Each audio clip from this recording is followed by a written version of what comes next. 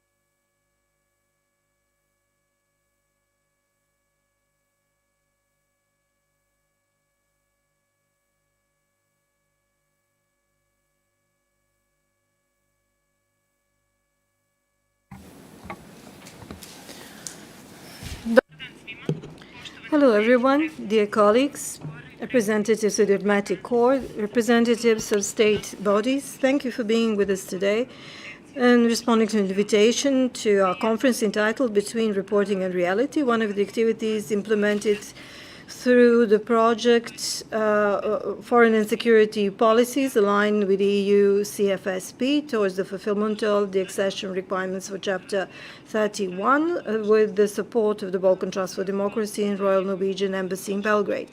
I would like to thank His Excellency Gjelstert, Ambassador to Royal Norwegian Embassy in Serbia, for being with us today.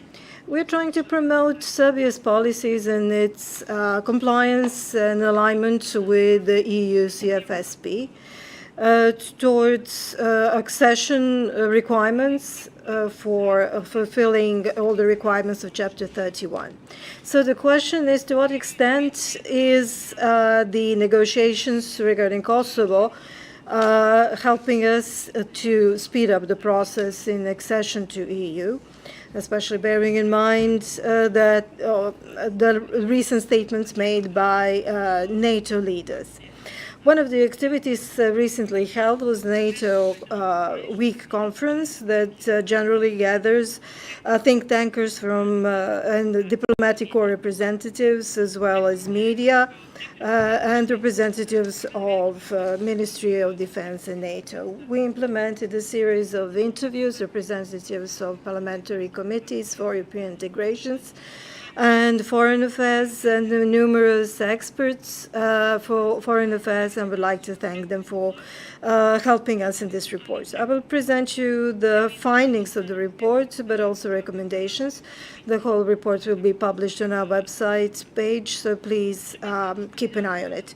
Status of the candidate Serbia was obtained several years ago, and the process of negotiation started in 2014.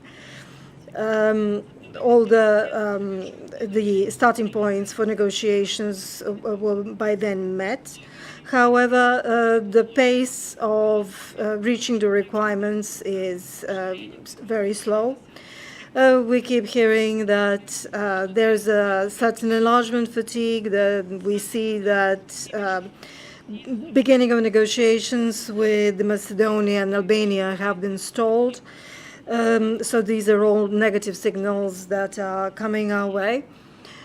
However, we should bear in mind that our neighboring countries are all member states of EU, and they themselves are also facing certain economic problems. We also try to keep an eye on coverage in our media regarding the negotiations for Chapter 31. There is a certain easier process for the countries that actually have decided to join both NATO and EU, and the countries that have actually passed through all the transition stages with much easier impact on the economic affairs, such as in the case of Slovakia and Czech Republic. In terms of relevant strategy, Serbia have adopted them by the end of 2019, and they are the preconditions for the negotiations concerning CFSP, and we have published a series of analysis relating to the security strategies of Serbia. And you know that all of them are Kosovo-centric, and in this regard, Russian-centric, especially bearing in mind the current attitudes of the government in Serbia towards Moscow and Moscow's support of their compromise solution for Kosovo. This can be seen in defining of threats to national security of Serbia, as well as certain strategic plans and action plans concerning the security strategies. The pandemic situation that we are undergoing now certainly affects our collaboration with security agencies worldwide. There's also close cooperation with EADRCC. However, we need a special relevant legal framework adopted that will ensure a full alignment with international systems for crisis management and emergency planning. However, currently nothing is being done along these lines, and we hope this process is going to be sped up. SES also promoted a strategy of foreign policy to be adopted in order to help us in our European path and reforms, internal reforms.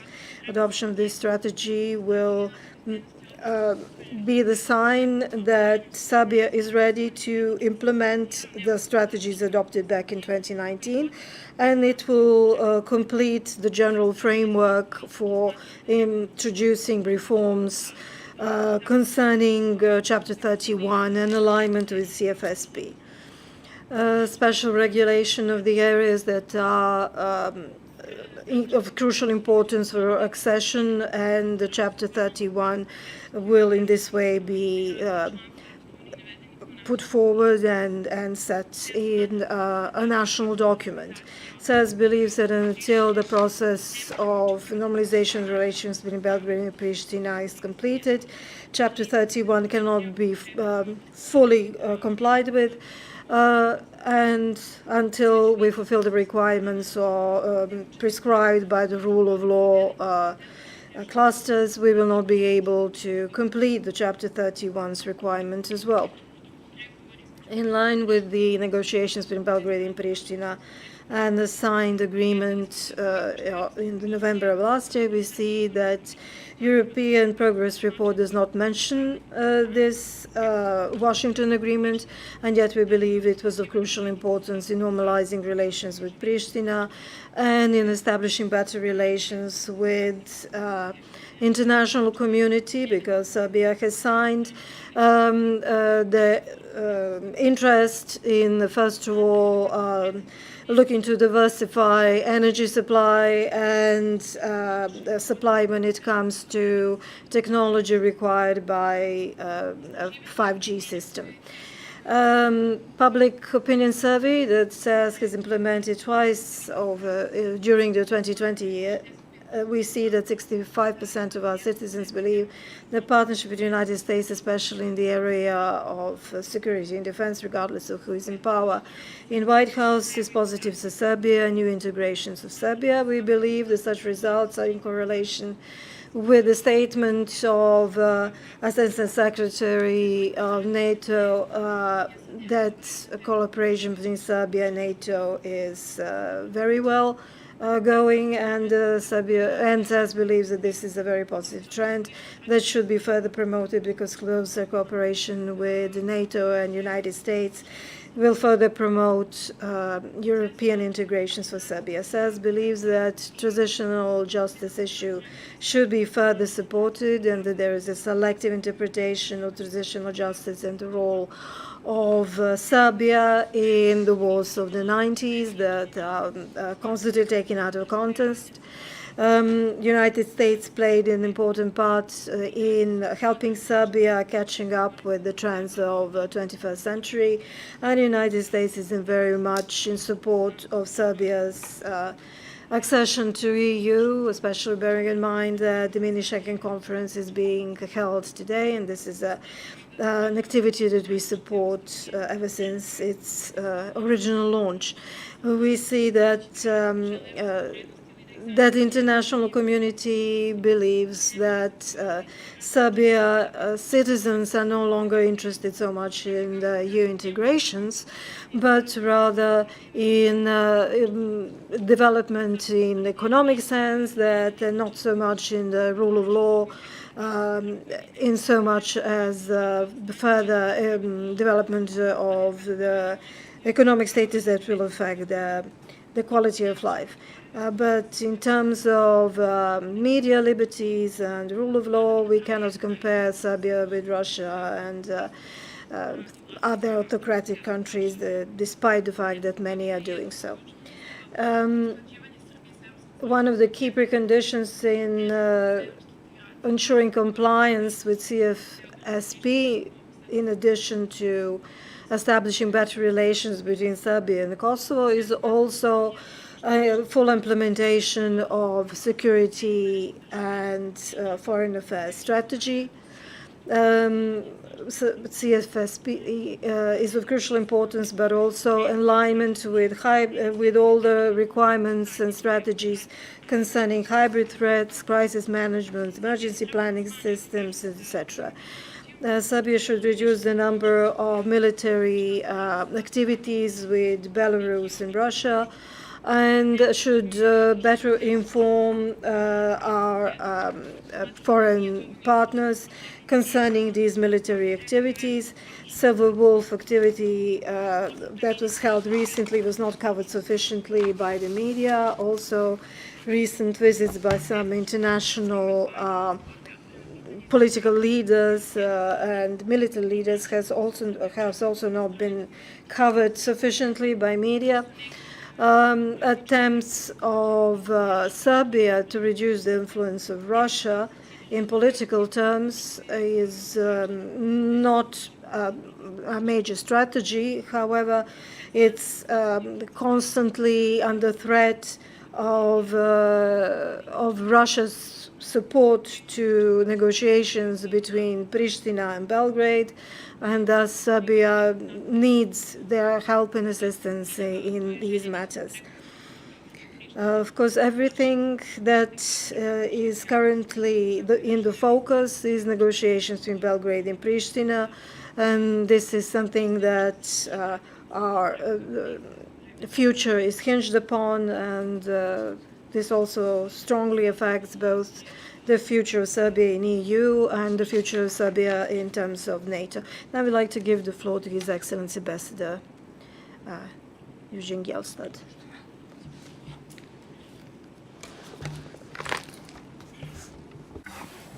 All right. Okay, thank you, Anja, for introducing me. And dear colleagues and friends, ladies and gentlemen, I am both honored and delighted to give the opening address this morning at this topical conference on security, stability, and Euro-Atlantic partnership, organized by the Center for Euro-Atlantic Studies. And I'm happy that the Embassy of Norway could provide the necessary funding for this important initiative. I would take this opportunity to commend both our friends at SIAS and the Balkan Trust for Democracy for excellent cooperation in this regard. And this conference will provide us with a unique opportunity to discuss in-depth topical issues such as the current security and stability requirements of the Western Balkan region, the support and contribution NATO as an organization can offer in this regard, the role of regional cooperation and good neighborhood policy in fostering stability and prosperity, further steps and new initiatives to increase momentum in the normalization process between Belgrade and Pristina, a process of such a great importance for the dynamic of the whole region, and not to forget the role of Chapter 31 and 35 in Serbia's strategic endeavor to become an EU member. Sorry. I believe it is important for any country to have open, inclusive, informed public debates at national level on important societal issues. In particular, I find it both timely, important, and necessary to be part of a discourse on Serbia's foreign and security policy orientation. Such debates have potentials of being both enlightening and trust-building as they engage and reach out to the citizens. This conference, initiated by SIAS, is a valuable contribution to this end. And please allow me at this point to present 5 short observations on the broader political picture, respectively the EU accession process, the interface between security and economic prosperity, regional cooperation, the Kosovo issue, and Serbia-NATO relations. First observation, I'm happy to observe that Serbian authorities on several occasions have clearly confirmed that Serbia's political future lies in a close alignment with the political West. This makes strategically sense. Norway strongly supports Serbia on its European path. but declarations have to be backed up with credible actions. I fully recognize the challenge of moving through the EU's jungle of laws, primary and secondary legislations, rules and objectives, but we all know that this cumulative body of European acquis will strengthen the quality of governance, strengthen the independency of the institutions, and crack down on irregularities and corrupt practices. We have to keep in mind that the EU chapters are not abstractions. Being aligned with them, and in particular with the rule of law standards, Serbia will bring benefits from good governance to its citizens and make the Serbian society more resilient, more cohesive, and more suitable for sustainable growth and prosperity through an improved business climate. In this context, I would also underline the importance for Serbia to harmonize its foreign security and defense policy with the EU, as defined in Chapter 31, which stands out as one of the most important accession conditions. I hope to see a strong Serbia redoubling its efforts and increasing the momentum and not sliding back to a kind of a reform fatigue. Second observation, sustaining a high-level economic growth over time is dependent on several factors. In this context, I would like to draw the attention to one specific, namely security and stability. I believe it's fair to say that economic performance of a country strongly depends on its ability to provide long-term security and stability. This can more easily foster a country's integration into wider regional and international economic value chains, which will significantly strengthen the capacity to develop innovative ideas, new knowledge, new business models, and production methods.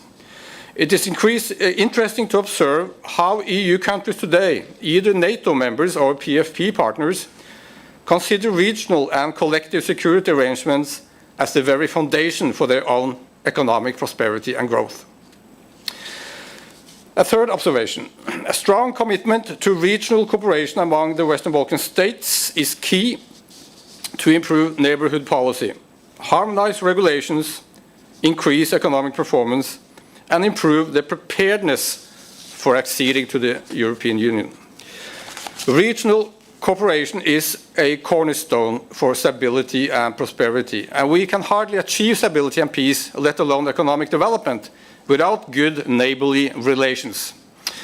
I'm encouraged by the fact that there is an interest among several leaders of Western Balkan countries to look into a model for closer cross-border cooperation in which the four freedoms on which the EU is based will be implemented. I believe it's fair to say that regional economic integration for the Western Balkans would strengthen bilateral economic relations by removing some of the obstacles imposed by various disputed issues. And additionally, a stronger commitment on economic cooperation and mutual trade could also benefit the political dialogue and improve bilateral relations. In this connection, Serbia and Kosovo stand out as a case in point. The interest among both Western Balkan and EU leaders for regional cooperation can easily explain the existence of a large number of various regional initiatives. These initiatives aim to foster trade liberalization and regional mobility, to create a more dynamic space for investments, and to promote and sustain the digital agenda as well as the European Green Deal. Initiatives have been pushed forward both from within and from outside the Berlin process.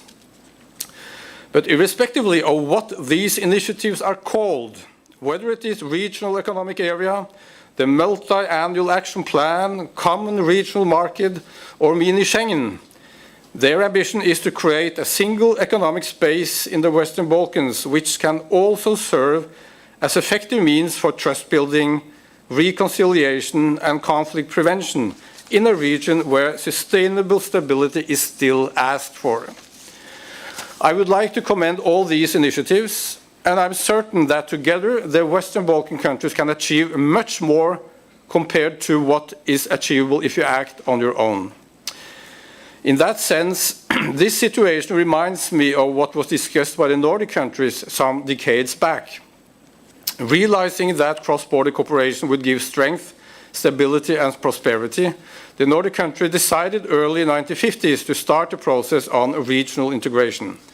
And that included, among other things, a customs union, freedom of movement of labor, an integrated single market, as well as a broad network for people-to-people contact. This has, over the years, given a boost to cross-border trade and business activity, technological innovation, and a high level of employment.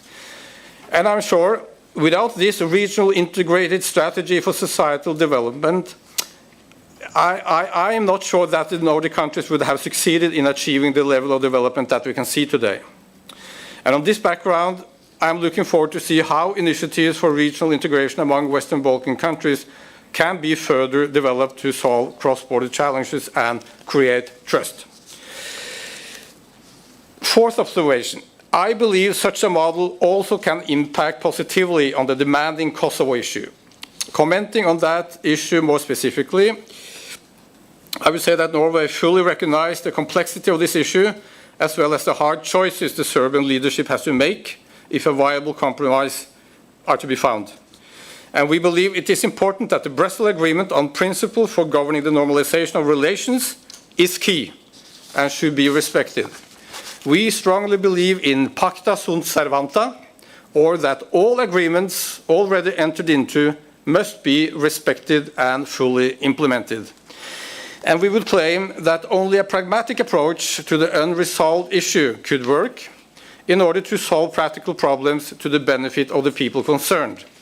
We hope to see this approach gain strength in the weeks and months ahead with the Belgrade-Pristina dialogue on both technical and political level, chaired by EU Special Representative Miroslav Lajčák and strongly supported by the United States. My fifth and last observation of the broader picture is Serbia-NATO relations. Regrettably, but also understandably, the NATO bombing in 1999 has impacted severely the Serbian perception of NATO. We see this in the media, we hear it in speeches by leading politicians and ministers. We can also notice this when speaking to regular citizens. It is now 22 years since Operation Allied Force, and I hope time is now ripe for creating a platform for reconciliation. Such a platform could be built on the address made by NATO's Secretary General Jens Stoltenberg in October 2018, when he expressed regret for the loss of all innocent civilian lives during that campaign. This could help us to move forward together, because we should not allow ourselves to become hostage of the past, and by doing so, block and hinder any progress or joint results that we can achieve together in the future. Having said that, I would emphasize that NATO countries at no point are trying to push Serbia into any membership. NATO has an open door policy, and it is entirely up to each country to make its own choices in terms of defense and security. Serbia has declared a military neutrality, and we fully respect that. But I'm happy to observe that Serbia shares a lot of interest with NATO and its member countries.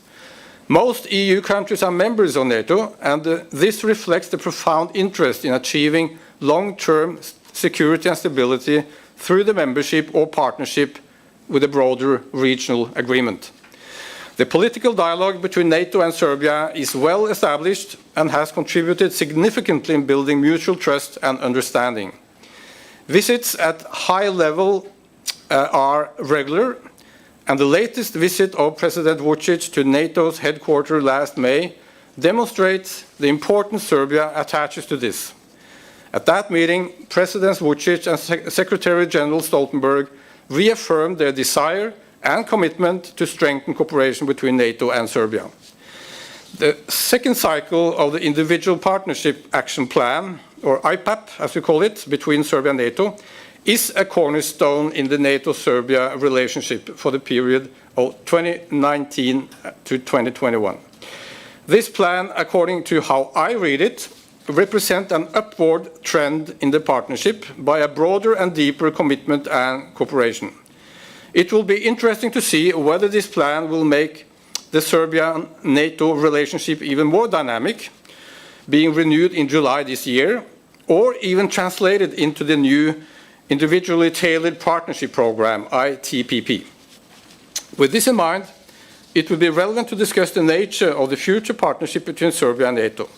And today we can observe a multitude of activities which are mutually beneficial.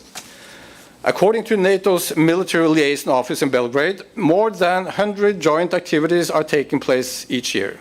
And this level of engagement demonstrates fully that NATO is an organization with far more to offer than just hardcore military capabilities for deterrence. If you take a look, we can see priority areas ranging from political consultations on security, crisis prevention and management, to several topics where partnership tools can be used to facilitate security sector reforms, interoperability, as well as cooperation in multinational missions and operations. And in this context, I would like to mention specifically the Science for Peace and Security program and the Euro-Atlantic Disaster Response Coordination Center as outstanding achievements. As the NATO contact point embassy of 2019 to 2020, the Norwegian embassy experienced a lot of disinformation, allegations, and other attempts by certain parts of the Serbian media to erode and undermine trust in NATO as an organization and as a predictable partner to Serbia. We experienced difficulties to project factual information into the public space in order to correct for misconceptions. This year, we celebrate the 15th anniversary of partnership between NATO and Serbia.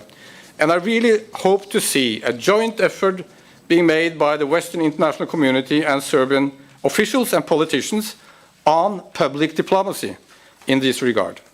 Together, we need to improve public awareness of this mutually beneficial cooperation and to fight negative narratives simply by telling the facts. On this issue, it's urgent to cooperate and reach out in a balanced and constructive way to the Serbian society at large. And to conclude, once again, I will commend SIAS for taking the initiative and providing a platform for discussing topical issues related to Serbia's foreign security and defense policy, with a view to how these issues affect the accession requirements and the accession dialogue. I'm really looking forward to the ensuing panel discussion, not to say the concluding remarks to be made from this conference. And on that note, all the best to all of you, and thank you very much for your kind attention. Thank you very much, Your Excellency. Thank you for the remarks, and we would also like to appreciate once again the support of their places, and we can start with the first panel.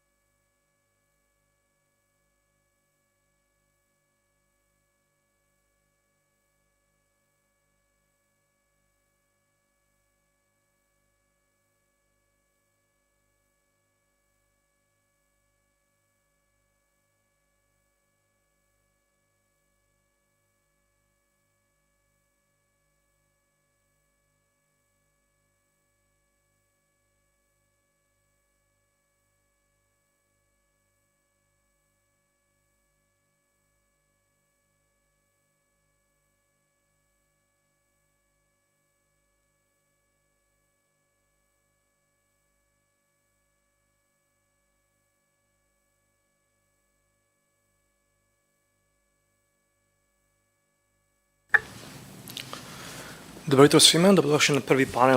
Good morning, everyone. Welcome to the first panel of our conference. My name is Nikola Burazer. I'm Executive Director of European Western Balkans magazine. And I have the pleasure to discuss two very important topics with our panelists. One is the common foreign security and defense policy and alignment of Serbia with it. And the other topic is the dialogue with Kosovo regarding Chapter 31. And today we will discuss these two processes and the relation between them and to what extent they are a problem for European integration of Serbia.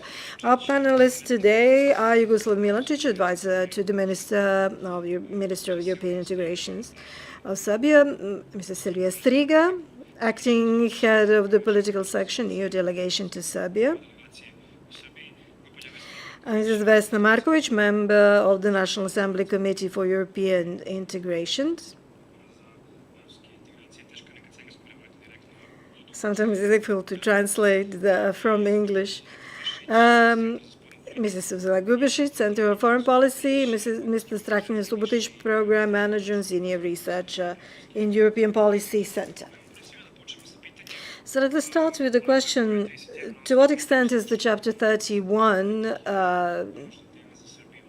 and alignment with CFSP important for Serbia, and to what extent is that an obstacle in the years to come?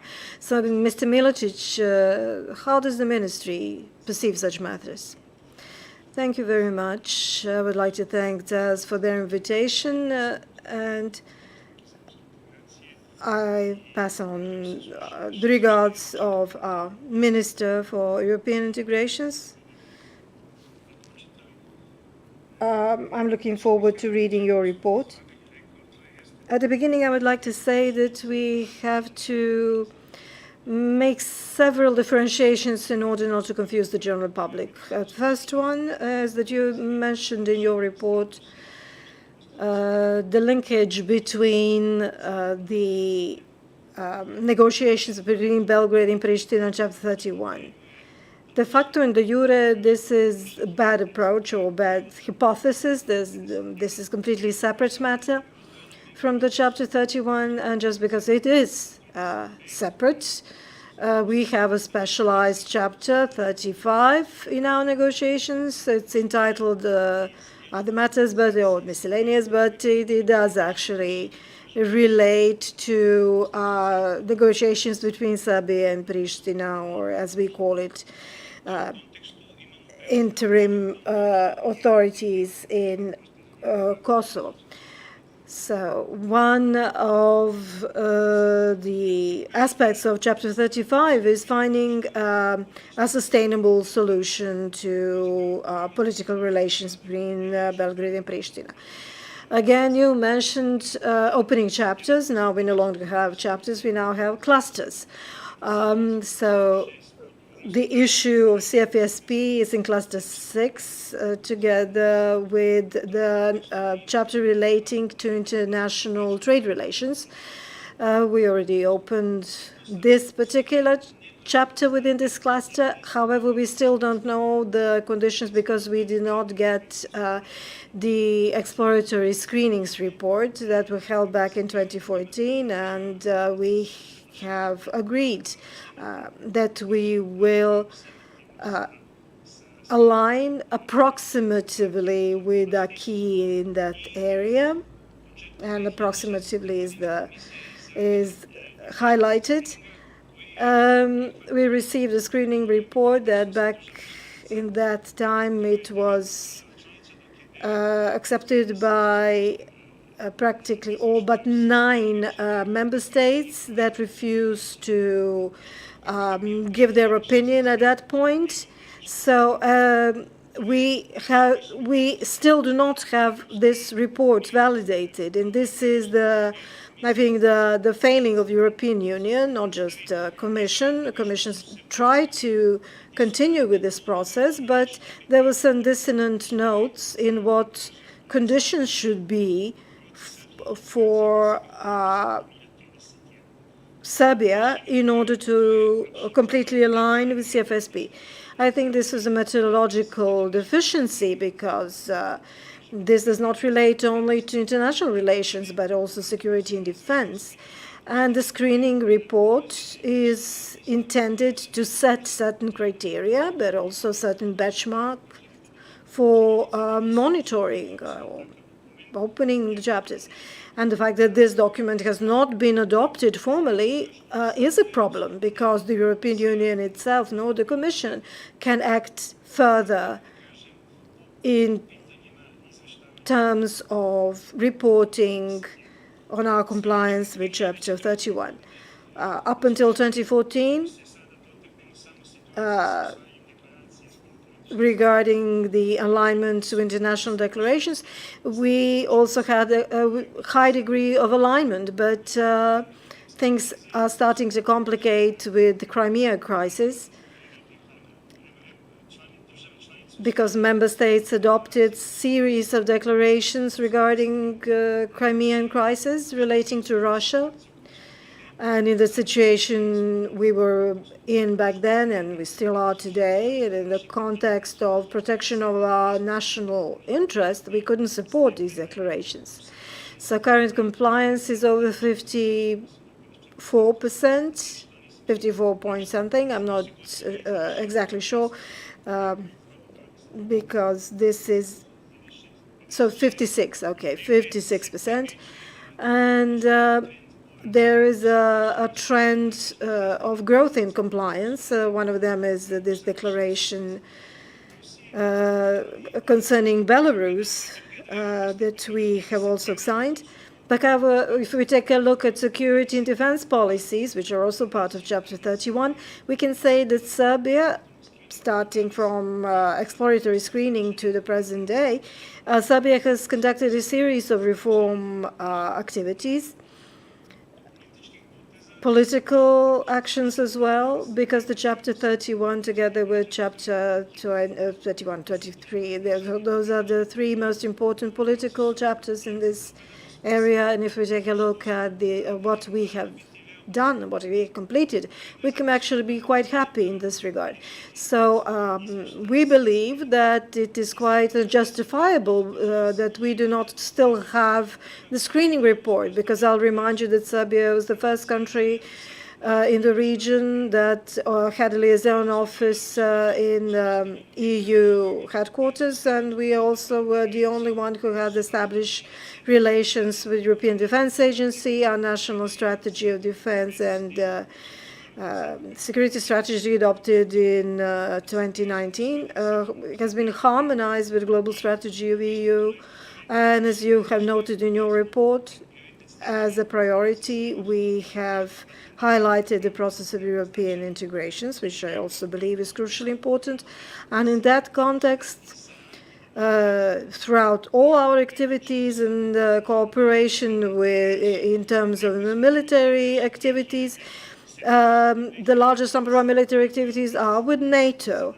Out of 70 military exercises, over 59 were with one of the countries, member states of NATO, and the others were with Russia, which obviously shows the large disproportion in favor of military exercises with NATO member states. So Serbia is clearly not Russia's Trojan horse, as some are trying to present us. One of the reasons why we still do not have a screening report in this area is, and I'm trying to be mild, is this hypocrisy that prevails in the perception of Serbia, because this chapter was never a problem for any other country. But apparently the countries that have major trade with Russia are now objecting us to our cooperation with Russia, where our trade is considerably lower by comparison. So I just want to differentiate between these two, and we should not link Chapter 31 with failure of Serbia to achieve further progress in EU accession. So I don't think that there should be a link made between finding sustainable solution with Pristina, which is covered by Chapter 35 and Chapter 31. However, we can talk about implications of CFSP on Brussels dialogue, because the Brussels dialogue, and I'm talking about the original Brussels agreement, is part of the CFSP, because Baroness Catherine Ashton actually signed the Brussels agreement, who was back at that time High Representative, which back then was the most important foreign policy document and result of CFSP, because at that moment EU suffered a lot of shortcomings in their approaches to Iran and some other nuclear agreements. So Brussels is supporting our negotiations. We do not want to have direct bilateral ones with Pristina. We are actually very much in favor. Brussels supporting this negotiation process. And we actually are happy that this negotiation process is taking place under EU umbrella rather than under protection of the US. And I'm mentioning this in regards to the next topic. Mrs. Striga, topic for you. Serbia's alignment with EU's foreign and security policy, and from your perspective, is that an issue for Serbia's EU accession? Good morning to all of you, distinguished panelists. Apologies for not being able to address you in Serbian.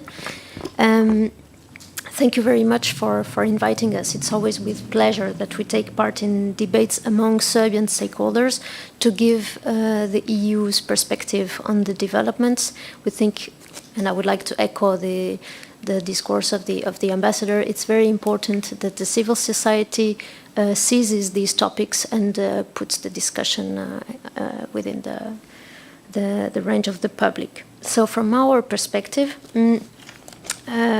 Chapter 31 is indeed to be separated from Chapter 35, and it's a very important chapter in acceding countries' EU path.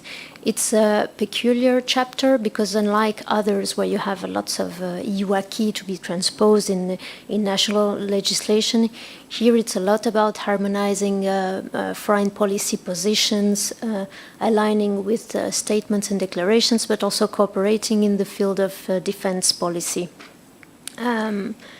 So I would like to give a brief overview of what it is to harmonize in the framework of Chapter 31st, and then how we see Serbian progress in that respect. And lastly, just a few words about the new methodology, because it was one of the topics that the panelists were asked to address. So in the framework of Chapter 31st, the negotiating framework asks acceding countries, and here Serbia, to gradually harmonize its foreign policy positions with the EU's. It's not about statistics, it's not about preventing acceding countries to have relations with whatever country they want to have relations. It's about making sure that relationships Serbia has with its partner countries does not undermine EU positions and policies which are well known, because member states look carefully at this chapter. It is perceived, when countries align with the EU's foreign policy, it's perceived as a way for acceding countries to show their commitment to join the EU family. And this is why it's so important in EU capitals and also in the European Parliament. It's closely monitored. In the framework of Chapter 31st, we also include cooperation in the field of defense. We also look at statements from high-ranking officials in terms of foreign policy, and sometimes these statements can give a picture which is not in line with EU policies, and EU capitals look at this very closely.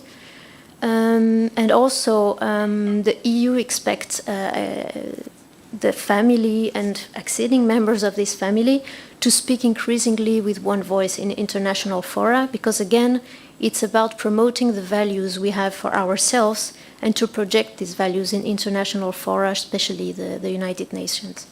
As far as Serbia's harmonization is concerned, Serbia is considered as really a key partner in what respects CSDP. Serbia's contribution is among the biggest for non-EU member states to CSDP military operations and missions, with high-level staff deployed. It's really, really appreciated. There is also, and it was mentioned, cooperation with the European Defence Agency. A liaison officer was deployed to the EU military staff. This is very valuable measures which have been taken, and we hope to further increase this cooperation, which is already, as you can see, intense. We have deployed one of the few military attachés in our EU delegation in Belgrade. He has a regional mandate, and we hope, thanks to that, to strengthen cooperation. When it comes to alignment on EU declarations and restrictive measures, here the picture is a bit different. We see during several years already a stagnation of the rate around 50-60%. As you mentioned, last year it was 56%. And this is mentioned in our annual report, where we encourage Serbia to make further efforts in that respect. It's also discussed in CFSP dialogues among the ministries of foreign affairs, and it was one of the topics during the visit of President Vučić in Brussels in April. And on that occasion, we very much welcomed the President's commitment to increase Serbia's alignment on foreign policy declarations and restrictive measures, in spite of some difficulties Serbia faces on certain topics, on some principles which Serbia diplomacy is based upon. And recently, it was already mentioned, the alignment on EU statements and EU restrictive measures on Belarus was, of course, most welcome. It's a sign of support to rules-based multilateral order and to human rights, which are core values for the EU. So we welcome this commitment. We are looking forward to having a strengthened dialogue also to explain our positions and to increase mutual understanding, to see how best we can, let's say, overcome the obstacles which make it sometimes perhaps difficult to understand why the EU takes this decision and not a different one, and also to understand Serbia's position. We think dialogue on these issues is extremely important. We have CFSP dialogues at the level of political directors. We hope to have the next one soon. We also have this type of dialogue at regional level with the Western Balkans 6. And we are ready to have as much dialogue as needed. In Brussels, it takes place, and also in Belgrade. We are ready to deepen this dialogue and to listen to Serbia's concerns and interests. When it comes to cooperation in the United Nations, we are pleased to see that Serbia voices on numerous occasions its how much it values multilateralism and the role of the UN in a rules-based multilateral order. We also welcome very much the fact that Serbia adheres to the EU global strategy, and that it adapted its defense strategy and national security strategy with its EU path and the global strategy. And we really look forward to the implementation of these strategies in line with Serbia's EU path and high-level commitments to have this strategic goal and to make it into practice. We are happy to cooperate in that sense. But we would also hope to see Serbia also speaking with one voice with the EU in the United Nations on sometimes more difficult issues such as Crimea, which you said it's a delicate subject for Serbia. These things are important because it's our shared interest to speak with one voice in international fora to promote the values that we defend. Now, a few words maybe on the revised methodology. It doesn't change drastically what Chapter 31 means, and I think here the key thing is chapters are joined in clusters, so you open one cluster at a time, and here we have Chapter 30 and 31. In that respect, it's very positive that the Serbian government has reorganized its team so that we have one coordinator for each cluster, one person to speak with when we identify most pressing reforms or issues to be addressed for each relevant cluster. But I think here, for the specificities of Chapter 31st, what the new methodology brings is enhanced political dialogue with intergovernmental conferences held at least once a year at ministerial level. It allows really political dialogue to discuss the most sensitive issues, to have a better mutual understanding thanks to a frank dialogue. And also, it will continue. It will not only take place during intergovernmental conferences, but also between them with the continuation of CFSP dialogue and how many political dialogues in different formats we would need to increase progress in Chapter 31. I think it's also important, again, to highlight the importance of civil society contribution to this, and this report is another contribution. There are other reports on these topics. It's important to have a dialogue on these issues, and I would like also to echo the ambassador's words as far as disinformation is concerned. I think it's a key topic. It's also a good topic for work for the civil society and us, Serbia, in the EU to work on in the future. Thank you very much. Thank you very much. Gospođo Marković, vi ste kao narodna poslanica. Mrs. Markovic is MP and a member of the EU committee, also had an opportunity to talk frequently with representatives of various EU member states.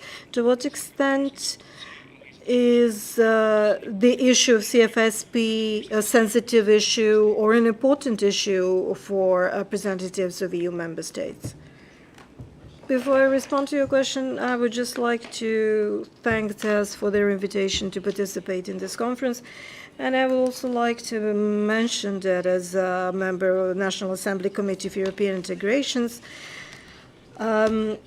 we have an excellent collaboration with CSOs because our committee plays an important part in our negotiations with the EU, and we also are directly invited to communicate with NGOs concerning any activities undertaken in EU integrations processes. We organize debates and interviews with them. They're very useful for us MPs because CSO experts always give us a very detailed analysis on negotiating chapters and the positions that Serbia has undertaken and our responses to the conditions. Now, these days, it's no longer negotiations, but clusters, and so it's still confusing. So one cluster is currently opened. And again, before I respond to your question directly, I have to refer to the activities taken within EU itself. EU is facing a lot of challenges. The dominant one was, of course, the COVID pandemic last year, but there are also many other challenges like migrant crisis and Brexit. And it is my impression, and I concluded this after interviews and discussions with representatives of EU. I just came back from a visit to Berlin, where I had the pleasure of meeting representatives of Bundestag. EU is currently tackling their own internal issues, and enlargement is not particularly high on the agenda of the EU and European Commission itself. And it is quite clear, not just when it comes to Serbia, when it comes to Montenegro, that is actually much further in this process. Negotiations with Albania and North Macedonia are not open yet, as we know. Regardless of all this, all the activities taking place within the EU and between the member states, we really have to question ourselves what should be our priority at this moment in time. I think the regional cooperation should be on the top of our agenda. His Excellency Norwegian ambassador mentioned mini Schengen and other processes that are currently taking place, and I think this is a major chance to connect this region. In Berlin, and the first meeting of the Berlin process for the first time in history, all the leaders of our region met in one place, which was crucially important for initiating dialogue. There are many unresolved issues. However, the only way to solve them is through dialogue. And I am also firm believe that when it comes to Belgrade and Pristina, mentioned here many times, where I participate together with my colleagues from the parliament in all the meetings with our colleagues in Pristina, so we have an opportunity to discuss numerous open issues with MPs from Kosovo. We very often disagree, but it's important that the dialogue is still maintained. As President of Serbia mentioned in the parliament, frozen conflict is not a solution. And it is important to talk. It is important to find a solution that would be useful and beneficial for the citizens in Kosovo, first and foremost, regardless of their nationality. When it comes to Chapter 31, Yugoslav explained all the aspects of it in detail, so I'm not going to reiterate them. However, if you have any additional question, well, in your discussions, to what extent do you believe are the representatives of the EU concerned about these issues in negotiations with Serbia, or you do not have that impression? Well, it depends from one country to the next. It's clear that Baltic countries have blocked the screening report, and this chapter is now somehow pushed aside at a standstill. Maybe this is the only chapter that we never received a report from because of the block created by several member states, especially Baltic countries. They find it important to block it. So now we heard the representatives of the executive and the representatives of the National Assembly. Now let us hear from the CSOs. So Mrs. Grubisic, in your opinion, to what extent is the Chapter 31 important for European Union first and foremost? So to what extent is the EU paying attention to these processes? Are the member states paying attention to it, or do they consider it a completely secondary issue? Hello, everyone. We thank Tez, all of us, at the beginning, so let me do the same. So I would like to thank Balkan Trust for Democracy and Royal Norwegian Embassy for their support as well. Well, if they did not consider this important, they wouldn't mention it all the time. So CFSP and alignment of Serbia with common foreign security policy is important, and you can find this in each and every report. They never skip over it. I'm not going to reiterate what my predecessors have said, but I think we should always say, and we should always mention, that compliance with CFSP is contractual obligation stemming from Stabilization Association Agreement. And since this is an only agreement that we have with European Union, this is our contractual obligation, not just a key for in terms of our progress in European integration. So we have obliged ourselves not just us, but all other candidate countries and members of European Economic Area. So we are all attempting to harmonize with CFSP. Now, in terms of measuring compliance, does not cover the entire spectrum of foreign policy, but it's a good analytical tool because on the basis of this, you can see in which direction compliance is going and your foreign policies are going, or which direction is taking. Anjan mentioned at the beginning that we still do not have a national foreign policy strategy, so it's multi-vectoral, as we call it. So there is no political will to strategically align it or kind of direct it in one particular direction. So it's still multi-vectoral. And the lack of clear perspective of membership has opened option to, on one hand, lead the policy of formal accession to EU, but also, on the other hand, looking towards East, towards Russia, towards China, because lately the focus is, I think, more on the cooperation with China than Russia. And the European Commission is also monitoring our strategic policy positioning, and they're paying more attention to our relations with China than with Russia.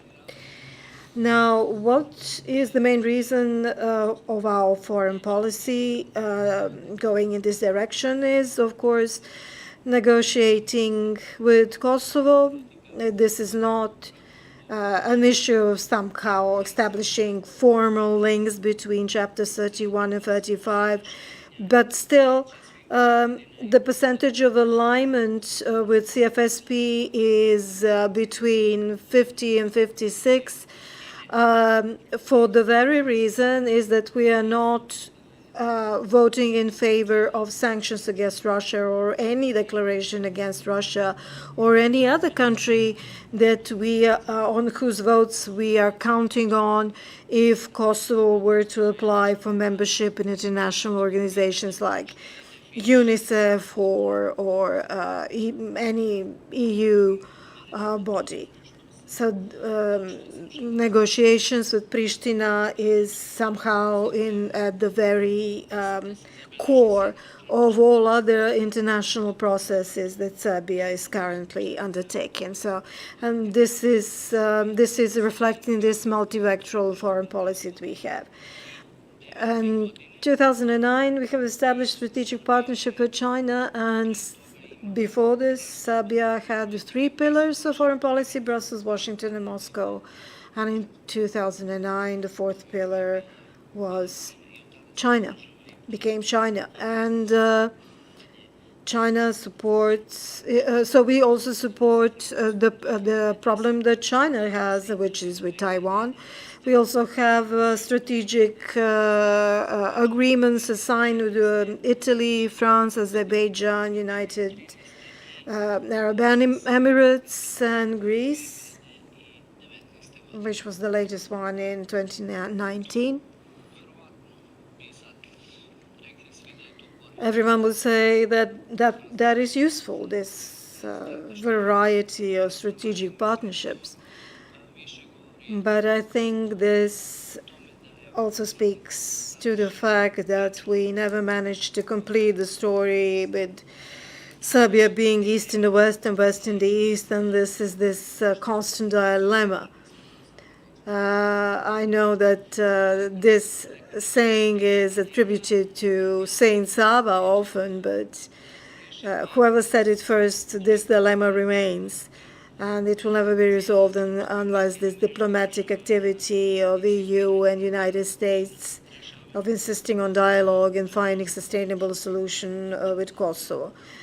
And this is going to be the watershed that is going to determine alignment of Serbia formally with the West, because yes, we are militarily neutral ever since 27, and this military neutrality has been confirmed with the two strategies of strategy concerning national security and national defense. But we are not politically neutral because we are formally undergoing a process of European integrations. So the resolution, neutrality resolution 2007, we have given up on membership in NATO. I mean, if you take a look at public opinion surveys, over 90% of citizens are against it, parties in power are against it, majority of opposition parties are against it, so you cannot force this. Even if someone would come up with this idea, the general public is decidedly against it. However, what should be further promoted, and His Excellency Ambassador spoke about this, is the communication. Also, the communication cooperation should be further promoted. There is a very constructive cooperation going between Serbia and NATO, regardless of the fact that we can seldom find this in the media, or this is not particularly broadly covered.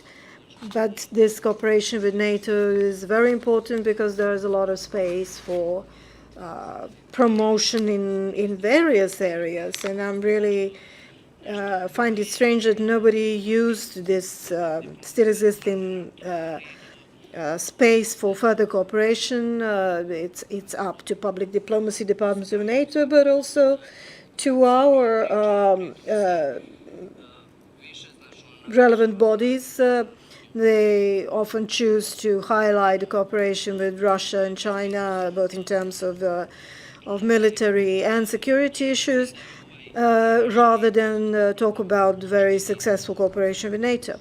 But Kosovo negotiations has been holding our foreign policy captive ever since 2008, when Kosovo has declared unilaterally their independence, and this has reflected on our foreign policy in a profound way, and our foreign policy will never be able to change unless this problem is resolved. Now, I'm sure that the second panel will focus on potential solution, and of course, potential solution can only be a compromise one. That is the only one that can going to be sustainable. Whether it's any closer, we can still debate on this issue. I have to ask you, you mentioned at the beginning that this issue was important, it was important to discuss it, but given the fact that we keep hearing from EU officials that the rule of law and normalization of the relations with Kosovo was important, but we seldom hear this as an important issue when it comes to foreign and security policy. So is there such an attitude in the EU, in your view, well,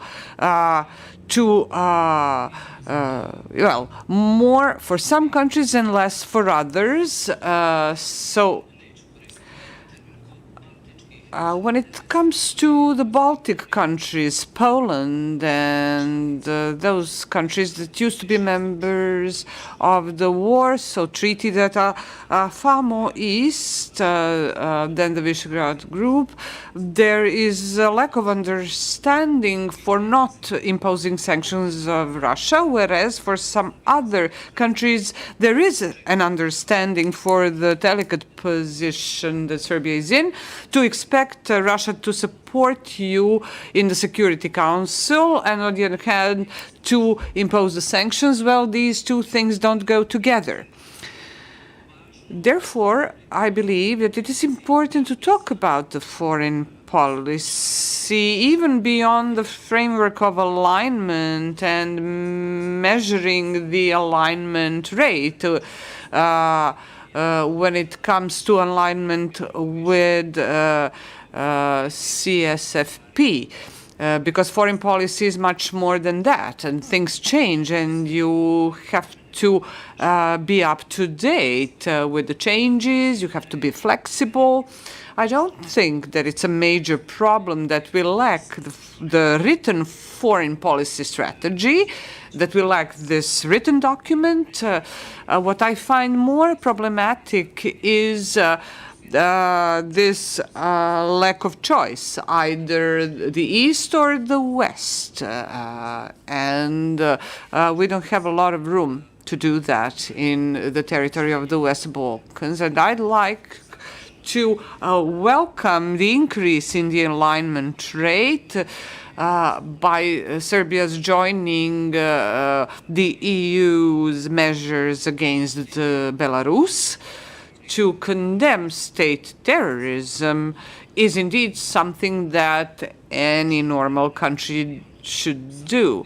And to force the Ryanair plane to land with passengers on board was an act of state terrorism, and there's no doubt about that. On the other hand, whether we are going to join some other EU sanctions against Belarus, we will have to discuss that further, but I think the good thing was that we joined these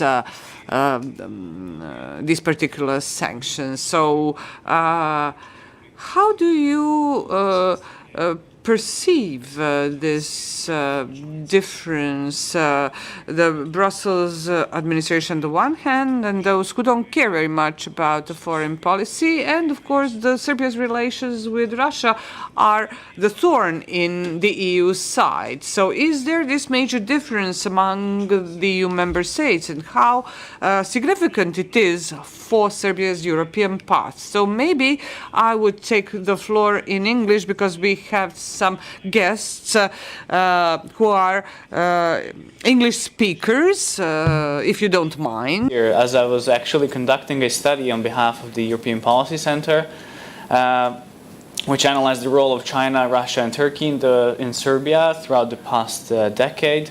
And in that regard, we plan to publish this study with the detailed recommendations, hopefully in September.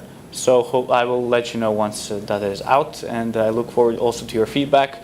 Before I continue, I'd also like to thank the organizers, CES and the Norwegian Embassy, for inviting me. I think this is a crucial topic for Serbia's path towards the EU. I would never split the foreign policy from the ongoing developments and stagnation of Serbia on its path towards the EU. It's a fact that we've been standing in one place for almost 2 years now. 3 times in a row, they've decided not to open any chapter, cluster, or to close a chapter with us, which is a clear signal of what the European Commission said back in 2018, which is that there are clear elements of state capture in Serbia. And our analysis shows that in that regard, we shouldn't consider all foreign influence in Serbia as malign per se, as there are positive aspects of cooperation. It does contribute to some extent to investments, to jobs, and so on, to regional connection. But at the same time, there are issues that stem from the cooperation with the external actors that do impact our public procurement, rule of law standards, but also public sentiments. And the public sentiments is the aspect I'd like to focus the most during this debate. And to relate to your question in that regard, I'd like to say that it's not important as much whether and how, it's not important if we aligned or not, but I think it's more important how we decided to align or how we decided not to align with a certain declaration, and how we present such alignment to our public. For example, last year we did align with the EU against the Belarus 2 times after the elections. However, we had the highest officials of Serbia downplaying this, even apologizing to Belarus officials for aligning with the EU's position on this. For me, this makes Serbia's decision to align with the EU void, because alignment needs to be followed with concrete verbal or rhetorical support in practice. In addition, another example is the so-called discourse, creation of a discourse of the end of European solidarity in March last year during the outbreak of the COVID-19 pandemic. At that time, this question was used to present the EU as a partner who has turned its back on Serbia when it's needed the most, and we used it to turn our face towards China the most, who we presented as a brother or a sibling to whom we can count when the situation is the most critical. I think this has been the biggest blow actually to Serbia's EU integration process ever since we started the negotiations, accession talks in 2014, and this is already evident if you look at the public opinion polls. The majority of people believe that China has been the biggest donor to Serbia during the pandemic, yet if you try to get the information of what kind of medical equipment we acquired from China, to what extent was this equipment part of a donation, and to what extent we paid for this equipment, how much did it cost, you'll get the information that this is a matter of state secret. And this is how this contributes to preventing us from deeply reforming in the way which is necessary if we want to see ourselves as part of the EU family in the future. So in that regard, I'd like to say that the responsibility and how we handle the external influence is more about how we present it and how we deal with it. It's not about that China necessarily has some bad or malign intent. It's more how we handle the situation. For example, it is perfectly normal to receive help from China at the time of crisis, and we salute this. First we had the assistance with masks, later on with vaccines. That's perfectly fine. Even some EU member states received assistance from China. But we haven't seen those EU member states arguing that China is their best friend ever. And in that regard, Serbia needs to take a look take a look of how it's been dealing with China in that regard, in a rhetorical aspect. In addition, we've seen another step up when it comes to Serbia's cooperation with China. Before, we've seen that Serbia has decided not to align with the EU declaration when it comes to China. And according to our studies since 2009, we've decided to do so 18 times in a row. So it can deal with the declarations tackling territorial integrity of China, human rights, democracy, Hong Kong, and so on. So it's a variety of topics which we have decided to align with China since 2009. Yet we see in recent times that we've decided to step up the game and to unilaterally provide messages of active support to China. Even when nobody was asking for this support, we provide our support. For example, to Hong Kong. Every time something happens in Hong Kong, Serbia publicly addresses this issue by providing vocal support and saying that there's nothing wrong in Hong Kong, that China is dealing with these matters perfectly fine, which is of course in contrast to EU's declarations. We also see the step up in the game when it comes to United Nations, so it's not just about the EU. We've seen Serbia aligning with 2 times in the Human Rights Council of the United Nations with the Belarus Declaration. We aligned together with Saudi Arabia and North Korea in support of China when it comes to the rights of Uyghurs in Xinjiang. We say that it's perfectly fine, it's, the human rights situation in Xinjiang is improving, and we also use the messages of support to say that unfortunately we are like to argue that the Serbian political establishment shares the same values as the Communist Party of China. For me, this is the utmost unreasonable position to take, considering that you like to argue that the strategic goal of your government is the EU accession. So my point is that I understand that, sure, Kosovo is the key determinant, but we don't need to become hostages of our own foreign policy. We can try to balance, to sometimes decide to align or not to align, to tune down our rhetoric, but this kind of behavior definitely provokes negative feelings in the EU. And I'd like to now finish my presentation just by mentioning the revised methodology. It's true that there is a cluster 6 which covers 31 and 30 chapters. 30 chapter is already open, 31st isn't.